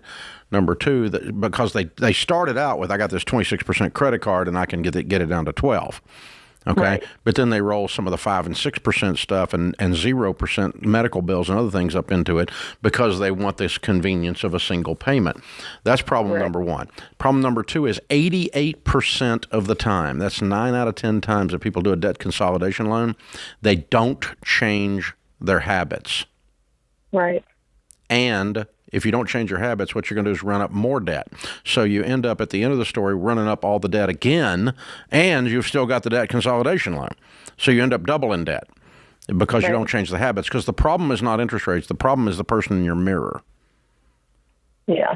You've got to get them changed. And so you and your new husband have to sit down and say, we're going to sell so much stuff that the dog is hiding. We're going to take an extra job. We're going to live on less than we make. We're not going on vacation, and we're not eating out. And we're going to get rid of this stinking debt so we can have a life. How much debt have you guys got? Including my husband's student loan, it's $76,000. Okay, and what do you guys make? What's the household income now? Our total household is $97,000 annually gross. Okay, and so if you paid it off in 2 years, that'd be 34,000, or it'd be 35, it'd be like $40,000 a year. Yeah. Okay, so we're talking about $4,000 a month. You got to put $4,000 a month, and you'll be out of debt in less than 2 years. And you make 97, so all I'm asking you to do is put 40 on it and live on 57. Wah. Yeah. Right. Yeah. Nothing. Well, how much of that? How much of the 76 is cars? 11. 11. So cars aren't the problem. How much of it's the student loan? 40. Okay. Good. And so you get out the credit cards tonight. You have a plastic surgery party. Light a candle and chop them up into little bitty pieces. No more borrowing money. Yeah, we haven't borrowed anything new for the past year. So we did that a while ago, got rid of all the credit cards. We don't have any. So you quit digging the hole. That's good news. That's a good start. Yeah, so we have. And so I'm telling you, if you'll take the debt snowball, list your debt smallest to largest, pay minimum payments on everything but the little one, attack the little one. What's your smallest debt? I have $795 in a medical bill is my smallest. What's your next one? $1,500 of a medical bill. Okay. Yeah, those two need to be gone this month. In 1 month, we got to pay $3,000 to $4,000 a month on this debt. You're gonna crunch it. I guess maybe that. I don't know how to crunch numbers to get an extra $3,000 to $4,000. Like I can cut out a ton and get maybe an extra $1,000 a month to pay towards it. We also have 4 kids, and I just don't know how to keep on cutting more and more. So, wait a minute, do you not think a family with 4 kids can make it on $57,000 in Columbia, freaking Missouri? So our monthly, I think. No. Listen. You got to work backwards into this because all you're doing is looking down the barrel of your normal life, and your normal life sucks. It has to change. Right. Yeah. Because you make $97,000. If I need 40 out of that, that leaves me 50. Right. 47. If I need $40,000 out of that, I got 57 left over. 97 minus 40. Right. For 2 years. And that's not counting taxes. We got taxes coming out of that. You got to stop your 401k contributions. You have to correct your W-2s to where you're not getting a refund. You got? Okay. Have you got any money in savings? Not retirement savings? Nope. We're working on the first 1,000, right? Okay. Yeah. So you don't have you don't have any money stuck. You don't have some stupid stock or Bitcoin or something laying around. No, but I was curious about taking out a loan on my 401k. I have about $25,000 in my 401k. No. Quit borrowing your way out of debt. Well, just to pay off the debt. I know. You're trying to borrow your way out of debt with a debt consolidation on your 401k loan. The problem is you have got to cut this to the bone, and you got to find $3,000 a month, and you'll be out of debt in 2 years. If you do that, that's where you're going to be. And you may need to work extra. Y'all may need to do some other stuff. The kids, the travel team may not be able to do travel ballet or whatever the flip you're doing over there. Okay? So, you got it. This is the kind of stuff. This is when you got to decide. This is what's holding us back. And the more intense that you get, the faster you're going to get out. And the faster you get out, the higher the probability is you're actually going to get out. You're still looking for a pill to take, an easy pill. You're still looking for an easy button. There is not an easy button. This is growl. I'm pissed. I'm not living like this anymore. I'm stopping this. Until you get that thing going in your voice, and you don't have it yet, you're not going to get out. You're still trying to wander or find some easy way. And I'm not accusing you of being lazy or something like that. I'm just telling you the magic formula is when people lose their dadgum minds. When people go crazy and their friends think they joined a cult and their mother thinks they need counseling. These are the people that get out of debt. You got to go nuts for a short period of time here because you guys have been living in stupid land long enough. It's time to get out. It's time to get out. Yeah, Dave, I hadn't considered this before because I've talked about this with marriages, but I think it's the same.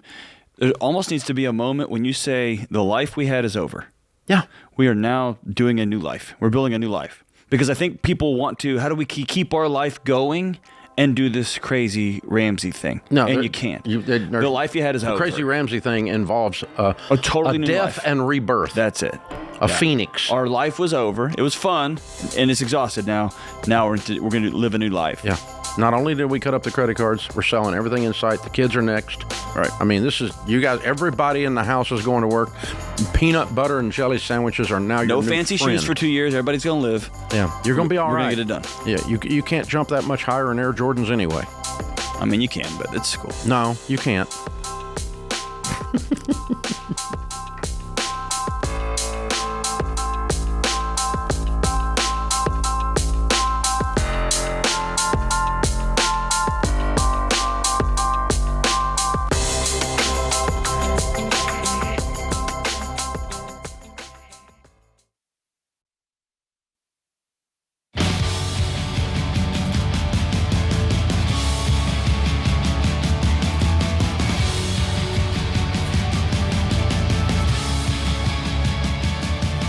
Two weekends are now on sale for the Money and Marriage Getaway.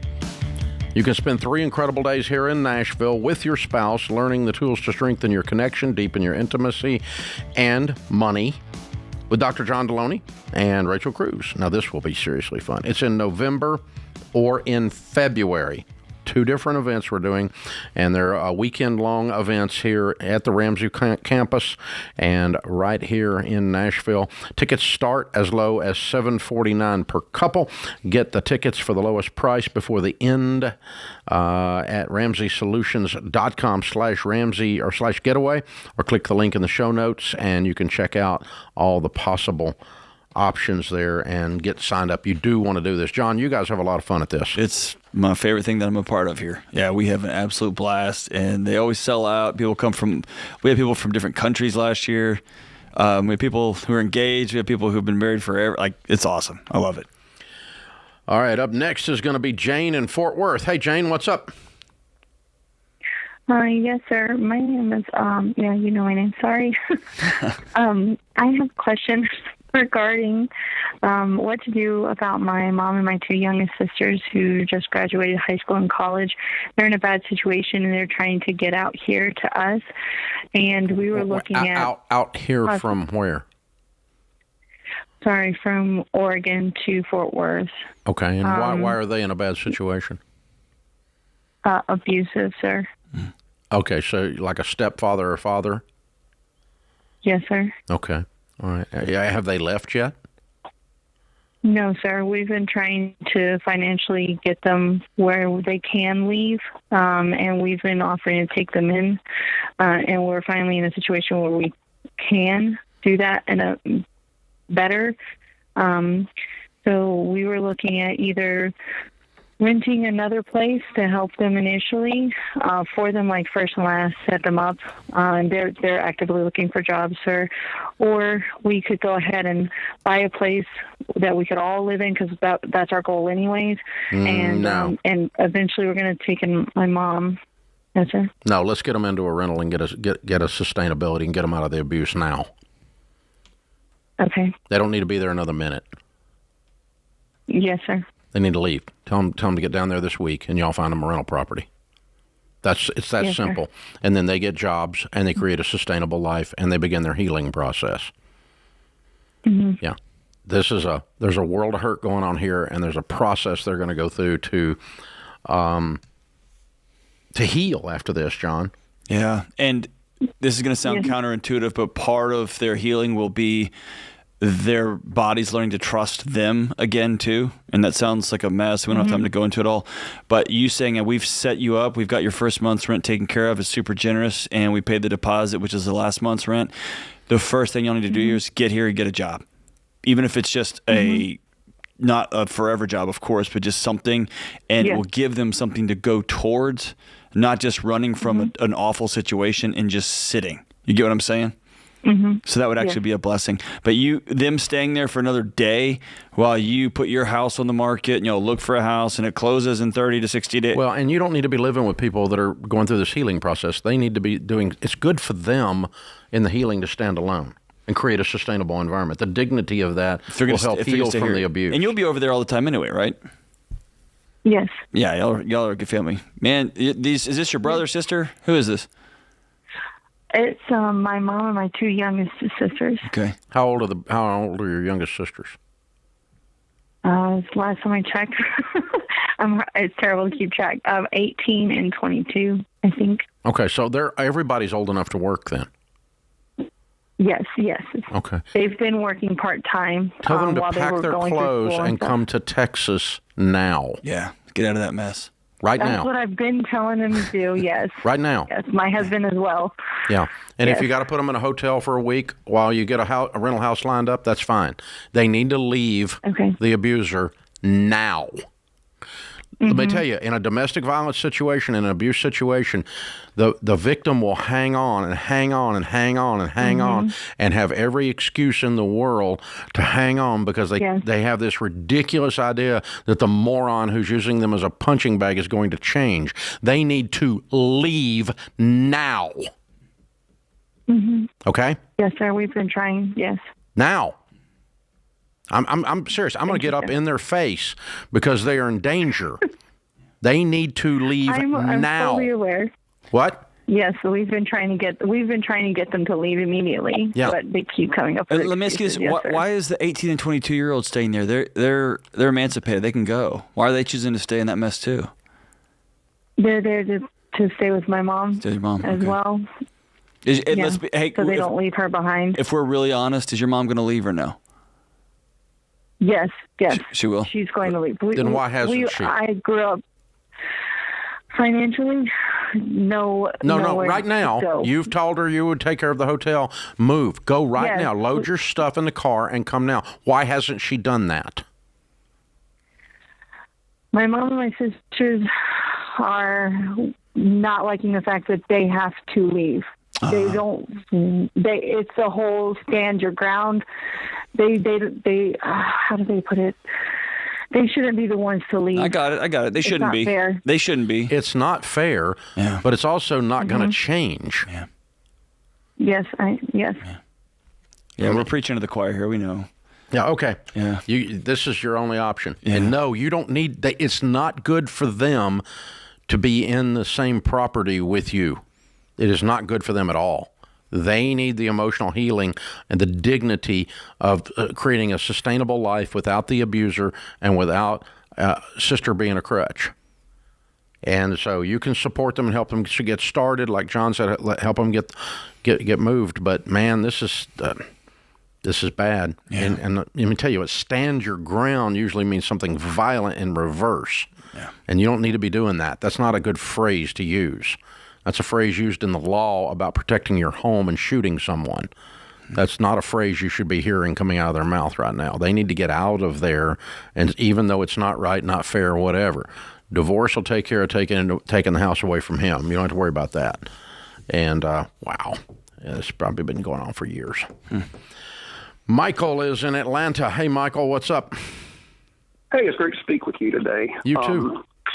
Back in 2008, my wife and I, we pretty much lost everything when all the mortgage crisis went down our house and everything. And at the time, it was the worst thing that ever happened to us. Why?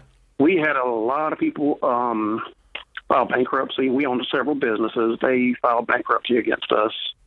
Oh, I see. Okay. We lost a lot of money. And one day we got $62,000 worth of bankruptcy notices. Wow. Okay. So we had to start over.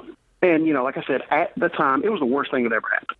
Now, looking back, it's the best thing that ever happened to me because I refused to let it happen again. Amen. And we've rebuilt everything. We now own another house. It's valued at $680,000. Mm-hmm. We owe $270 at 2.875. I am currently investing $5,000 per month into our retirement. Mm-hmm. My wife is putting in another $1,200 through her work. We're working on baby step number 6. My question is, we're planning on selling the house in 4 years due to, I've got some health conditions. I've got something called DISH and OPLL. Basically, my spine's fusing itself together. And we're wanting to downsize. And knowing that, should we continue putting that $5,000 into our retirement and savings and bonds? $5,000 a year or a month? A month, every month. What's your household income? About $120,000. No, you should not be putting in. You should only be putting 15% of your household income into retirement at this stage. That was my curiosity, is because 15% is nowhere near $70,000. You're putting $70,000 away? Yep. Yes, sir. Jesus, man, you're way too much going in there. Yeah, you need to be lowering that to only 15% of your household income, which is a lot less than this, and throwing the difference at the mortgage. I wouldn't stop retirement, but I would lower it to 15%. That's baby step 4.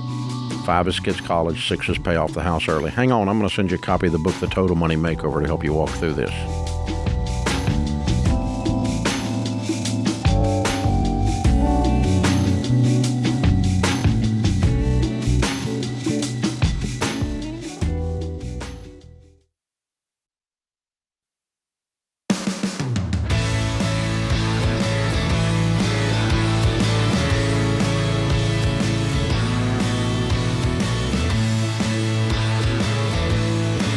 In the lobby of Ramsey Solutions on the debt-free stage, Ben and Sarah are with us. Hey, guys, how are you?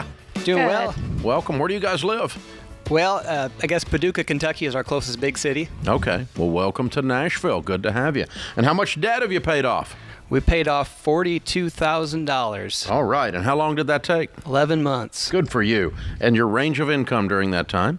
At that time, it was about $70,000 during that period. Okay, cool. What do y'all do for a living? I'm a senior project manager of residential projects for a roofing exterior company. Mm-hmm. And I'm a stay-at-home mom. Okay, very cool. Good. What kind of debt was the $42,000? Oh, there was medical. Yep. And then there was credit cards. Yep, consumer, and then stuff at our and then house it was, improvements. It was our HELOC, which was, we didn't have a mortgage. The HELOC was the only thing against our house. So when we paid it off everything. So your house is debt free. Yeah. We are completely clean. We don't owe nobody a dime in the whole world. I love it. What's the house worth? I would guess probably somewhere at $250, $260. Wow, good for you. How's that feel? Great. Feels good. No payments in the world. Way to go, you guys. Excellent job. Very cool. All right, so what started this journey here 11 months ago? Well, we were in Florida. We had a house and we bought it the wrong way, and we had Airbnbs. It was just it was, the anxiety level was just huge, and so we wanted a place where we could live, like, and actually afford to have, all of our kids and, be able to just do all the things. And so we moved to Kentucky, and then we started to go backwards, and it was like our dream of moving from Florida to Kentucky and then having a home outright and all those sort of stuff. It just kind of, things just would come up, and it just sort of was fading farther and farther and farther away. And I remember one point I looked at it, I was like, man, this is going to be like 4 or 5 years now. We thought we were so close, and it just kept getting farther and farther away. Before we'd be homeowners outright. Yeah. Yep. It was. And so then we found your YouTube videos and just were watching along, and it was a couple of months. We got the books from the library, and then we got the $Every$ app. And we were getting really close to that tipping point. And it was the day after our son was born. No, the day of. The day of, like hours. It was like an hour after she gave birth to our 5th son. And he's like, I think we should stop using credit cards. And at first I said no. And he's like, I think we should stop using credit cards. And I said, okay, well, if we're going to do it, we're going to do it all the way. Do it. And so then, I could feel the intensity. She's like, if we're going to go through this, it is. We're not halfway it. The real deal. Not halfway is nothing. And so then my response was, well, then I'm not going to buy any cigars, no bourbon, no guns, no ammunition until all this is cleaned up.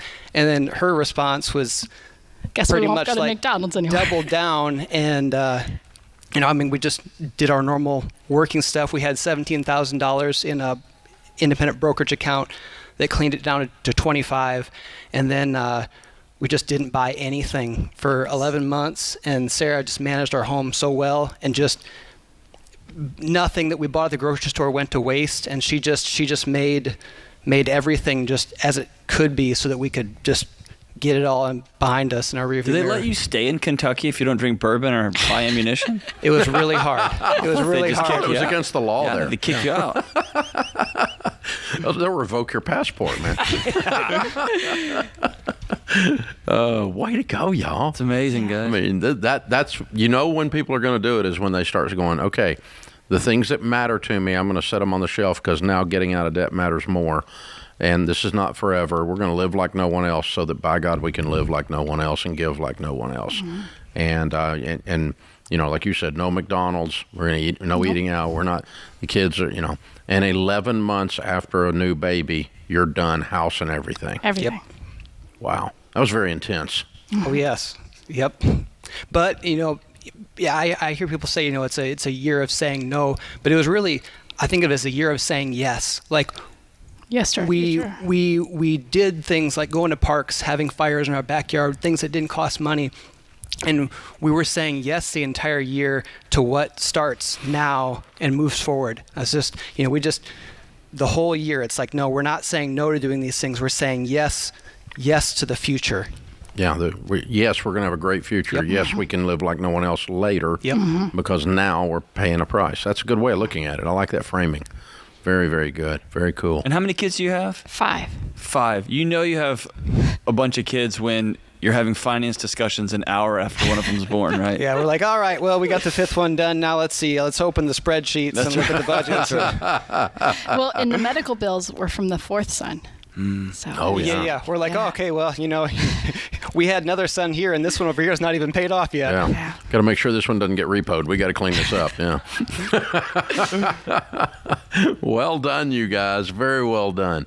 Hey, the good news is that the switch flipped for both of you at about the same time. Yep. Yeah. I mean, you both, something about that birth and that new baby coming said, okay, we really got to do this. Mm-hmm. And you're just, you within hours are looking at each other going, we got to do this. Yep. And that's pretty impressive. That's the good news, because we run into so many couples that it's 6 months or a year later before the spouse gets on board, whichever spouse it is, right? And that kind of thing. But you guys, it's just, you were messing with it. You already had made a sacrifice. You'd already moved and everything else to try to get there. But then it wasn't a magic pill. You still had to deal with the stuff. All right. Yep. Yeah. Wow. That's good. I like that. Very good. What do you tell people the key to getting out of debt is? Find free things in the event, whether it's a playground, whether it's an event at the library. Go and find the free things in the area. Yeah, make free fun. One of the biggest things for me was listening to you guys on my way to work, back and forth, because, it's like, for those times, as difficult as certain things were, it was like, these are the clear voices. These are the voices that tell me I'm not crazy. Listening to people do this debt-free scream, I remember sometimes I'd just be like crying in the car going, that's going to be me. That's going to be me. And just, surrounding yourself with the positive, good voices that are saying this is where you want to go, so that you just don't get lost and wander around in the middle of that journey. Very good. You guys are heroes. I'm so proud of you. Who was cheering you along? Lots of coworkers, different friends. Mm-hmm. So you were talking about this Ramsey stuff all the time, then? He was. You're sharing it. You're telling it. You're one of those guys, huh? I'm a salesman. Whatever I like, whatever I think is just great. I'm trying to win everybody over to doing that. So awesome. It's just So we just I'm hoping that there's a lot of other people that we know that'll come along with us, so that it's kind of one of those things you jump in and the water's great. Come on in and just breathe the air. Yeah, amen. So, how old is your oldest? He'll be 10 in September. 10? In September. Okay. So he's 9 right now. So he's old enough to know what happened. Mm-hmm. Oh, yeah. No, the kids were watching. Our oldest two, for sure. So I get paid for every Friday. And so every Friday we were popping it up and looking at the debt snowball and getting it closer and closer closer.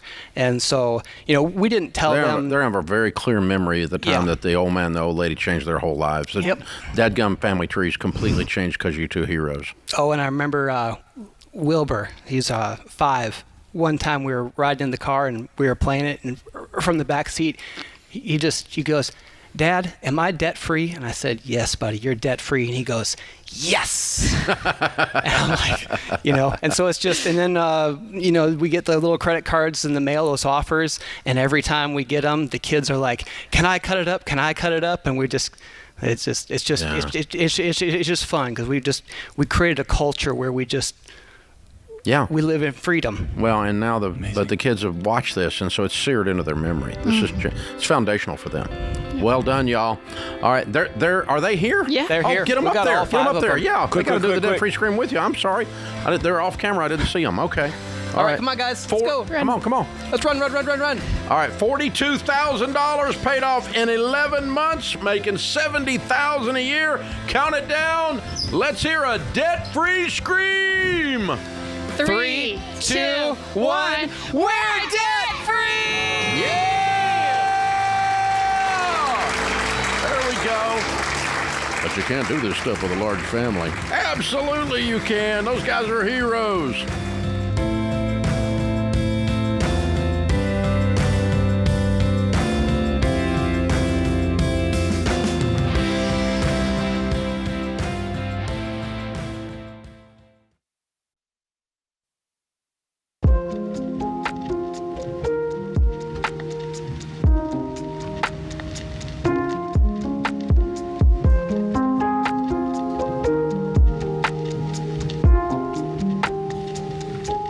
Our scripture of the day, Job 34:32. The Lord detests dishonest scales, but accurate weights find favor with him.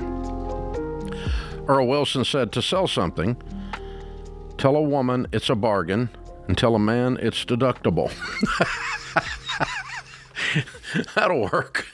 Lindsay's in Shreveport, Louisiana. Hi, Lindsay. How are you? Hi, good. How are you? Good. How can I help? So, me and my husband, well, actually, it's my husband. My husband's father passed away, and they did a lawsuit against him. In that lawsuit, my husband wasn't even born yet. So they put his money aside into a trust or a settlement of some sort, with the receiving of the full lump sum on his 30th birthday, which is just shy of $1 million. Fast forward to today. His 30th birthday is in about 2 months, and we're not really sure what to do with $1 million. Wow. So I'm going to give you my Venmo, okay? I'm just kidding. Yeah, send it to Dave's Bahama Fund. Right. Yeah. All right. No. All right. So, what is your financial condition today?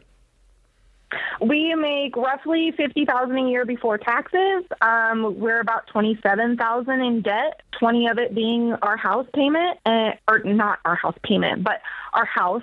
We still have about $20,000 towards our mortgage, and then we have $7,000 left on my student loans. Okay. Good. And so you've been living on $50,000. Yes, sir. Okay. Good. All right. Well, there's 3 things you can do with money, and you should always practice doing all 3. You can give it for generosity. You can invest it for the future, and you can enjoy it. And I would urge you to do all 3 things with some of this money. Okay? And I want you to develop a plan for that, and I want you to develop a written contract with yourselves that that's what you're going to do, okay? That whatever it is you're going to do. So my personal recommendation would be, obviously, I'd write a check the first day and pay off the debt, okay? That's a very small amount out of $1 million, okay? The second small check I would write is I'd put $20,000 in a high-yield savings account for your emergency fund. That's all I would do there, okay? And then with the rest of it, we've got to decide what we're going to do. Now, what do y'all do for a living? My husband's a police officer, and I am stay-at-home. Okay, all right. And is your plan to continue all of that? My plan is to stay at home, yes. The 2 of you, is your plan to just continue life like it is?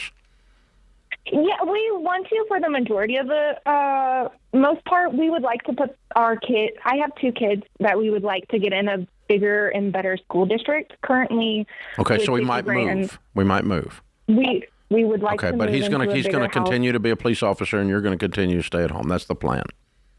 He's going to continue to work. He's actually in school to be a cybersecurity specialist. Great. I like that. Okay, good plan. Let's just continue on all that plan.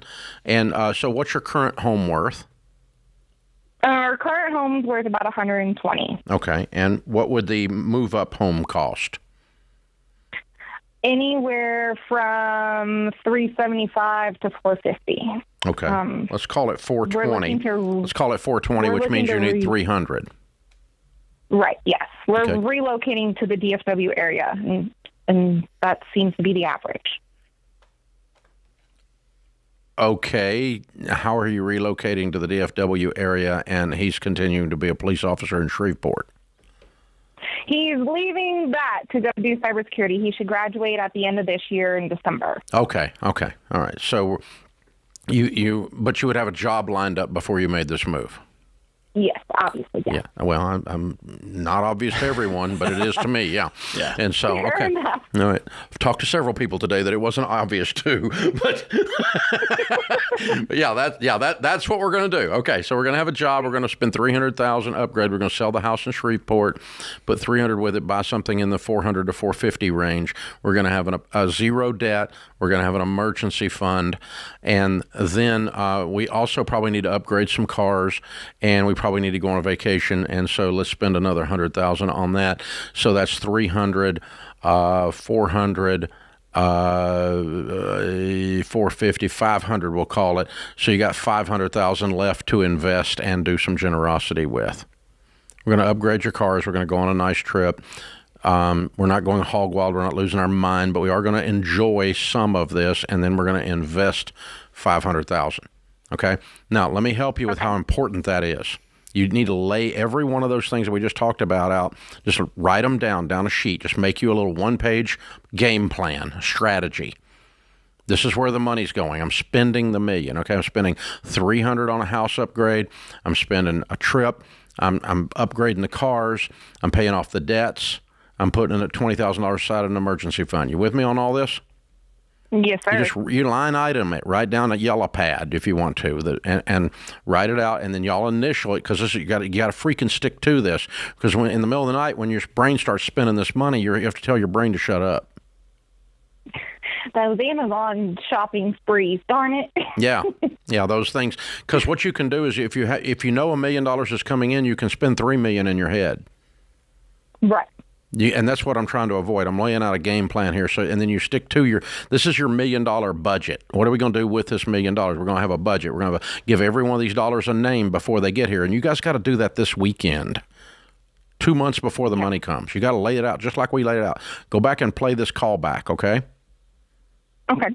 And the two of you write it all down. Now, if you will put $500,000 with a SmartVestor Pro, go to RamseySolutions.com, sit down with an investment professional, and if you will put $500,000, $500,000 in there, how old are y'all? I'm 29, and he's going to be 30. He's going to be 30. Okay. So if you will put it in good mutual funds, like we're going to talk about, it will double about every 7 years. Wow. Okay, so when you're 37, that 500 is going to be $1 million. When you're 44, it's going to be $2 million. When you're 51, it's going to be $4 million. If you keep your stinking hands off of it. Yes. Okay, because you had a game plan, and you stick to the game plan. And then you guys go be cybersecurity, build your own wealth in DFW, restart your lives there, debt-free, stay on a budget, stay on a plan, live on less than you make, and leave this money alone and let it double every 7 years. So when you're like 70 years old, this is going to be $10 million. You follow me? I'm following This you. is important. This is an sounds like important a lot. assignment. This is an important assignment. You are going to be one of the few people that actually becomes a millionaire because of inherited money. Very few actually do. But you're going to do it because you're going to do this right, and you're going to be smart about it. So hang on. I'm going to send you a copy of the book, The Total Money Makeover, and Baby Steps Millionaires, which is the largest study of millionaires ever done. You guys need to study what millionaires do because you are getting ready to be one, and then you need to do it the way they do it so that you stay one. That's the point here. And we're also going to put you into Every Dollar Premium with Financial Peace University, the whole shebang. Give them everything, Christian. So, and everybody that thinks they need some of your money, let me teach you a word. No. Oh, I was going to say, Dave, tell me if I'm wrong. I wouldn't tell anybody. I wouldn't tell the real estate agent we just had $1 million. Yeah, I wouldn't tell the story. I wouldn't tell the story. I would just there's no reason to tell it. It doesn't do anything. You can tell it later someday, but in the near future, until you emotionally learn to handle all of this money and the responsibility that's coming with it, the last thing you need to do is have to run off a bunch of crazy friends and relatives by saying no, no, no, no, no. Well, and the difference between spending $400,000 on a house and $650 in Dallas, Texas is 2 blocks. And that money can just evaporate on you if you're not careful. Yeah, that's a good budget, by the way, because median house price in America is $431,000 right now. But that means there'll be a whole bunch of other nicer houses in Dallas you're going to have to say no to. Yeah, no. Stick to the plan. Stick to the plan. You got a good plan. I like your plan. Now stick to it and go be a multimillionaire. I love it. That puts this hour of The Ramsey Show in the books. We'll be back with you before you know it. In the meantime, remember, there's ultimately only one way to financial peace, and that's to walk daily with the Prince of Peace, Christ Jesus.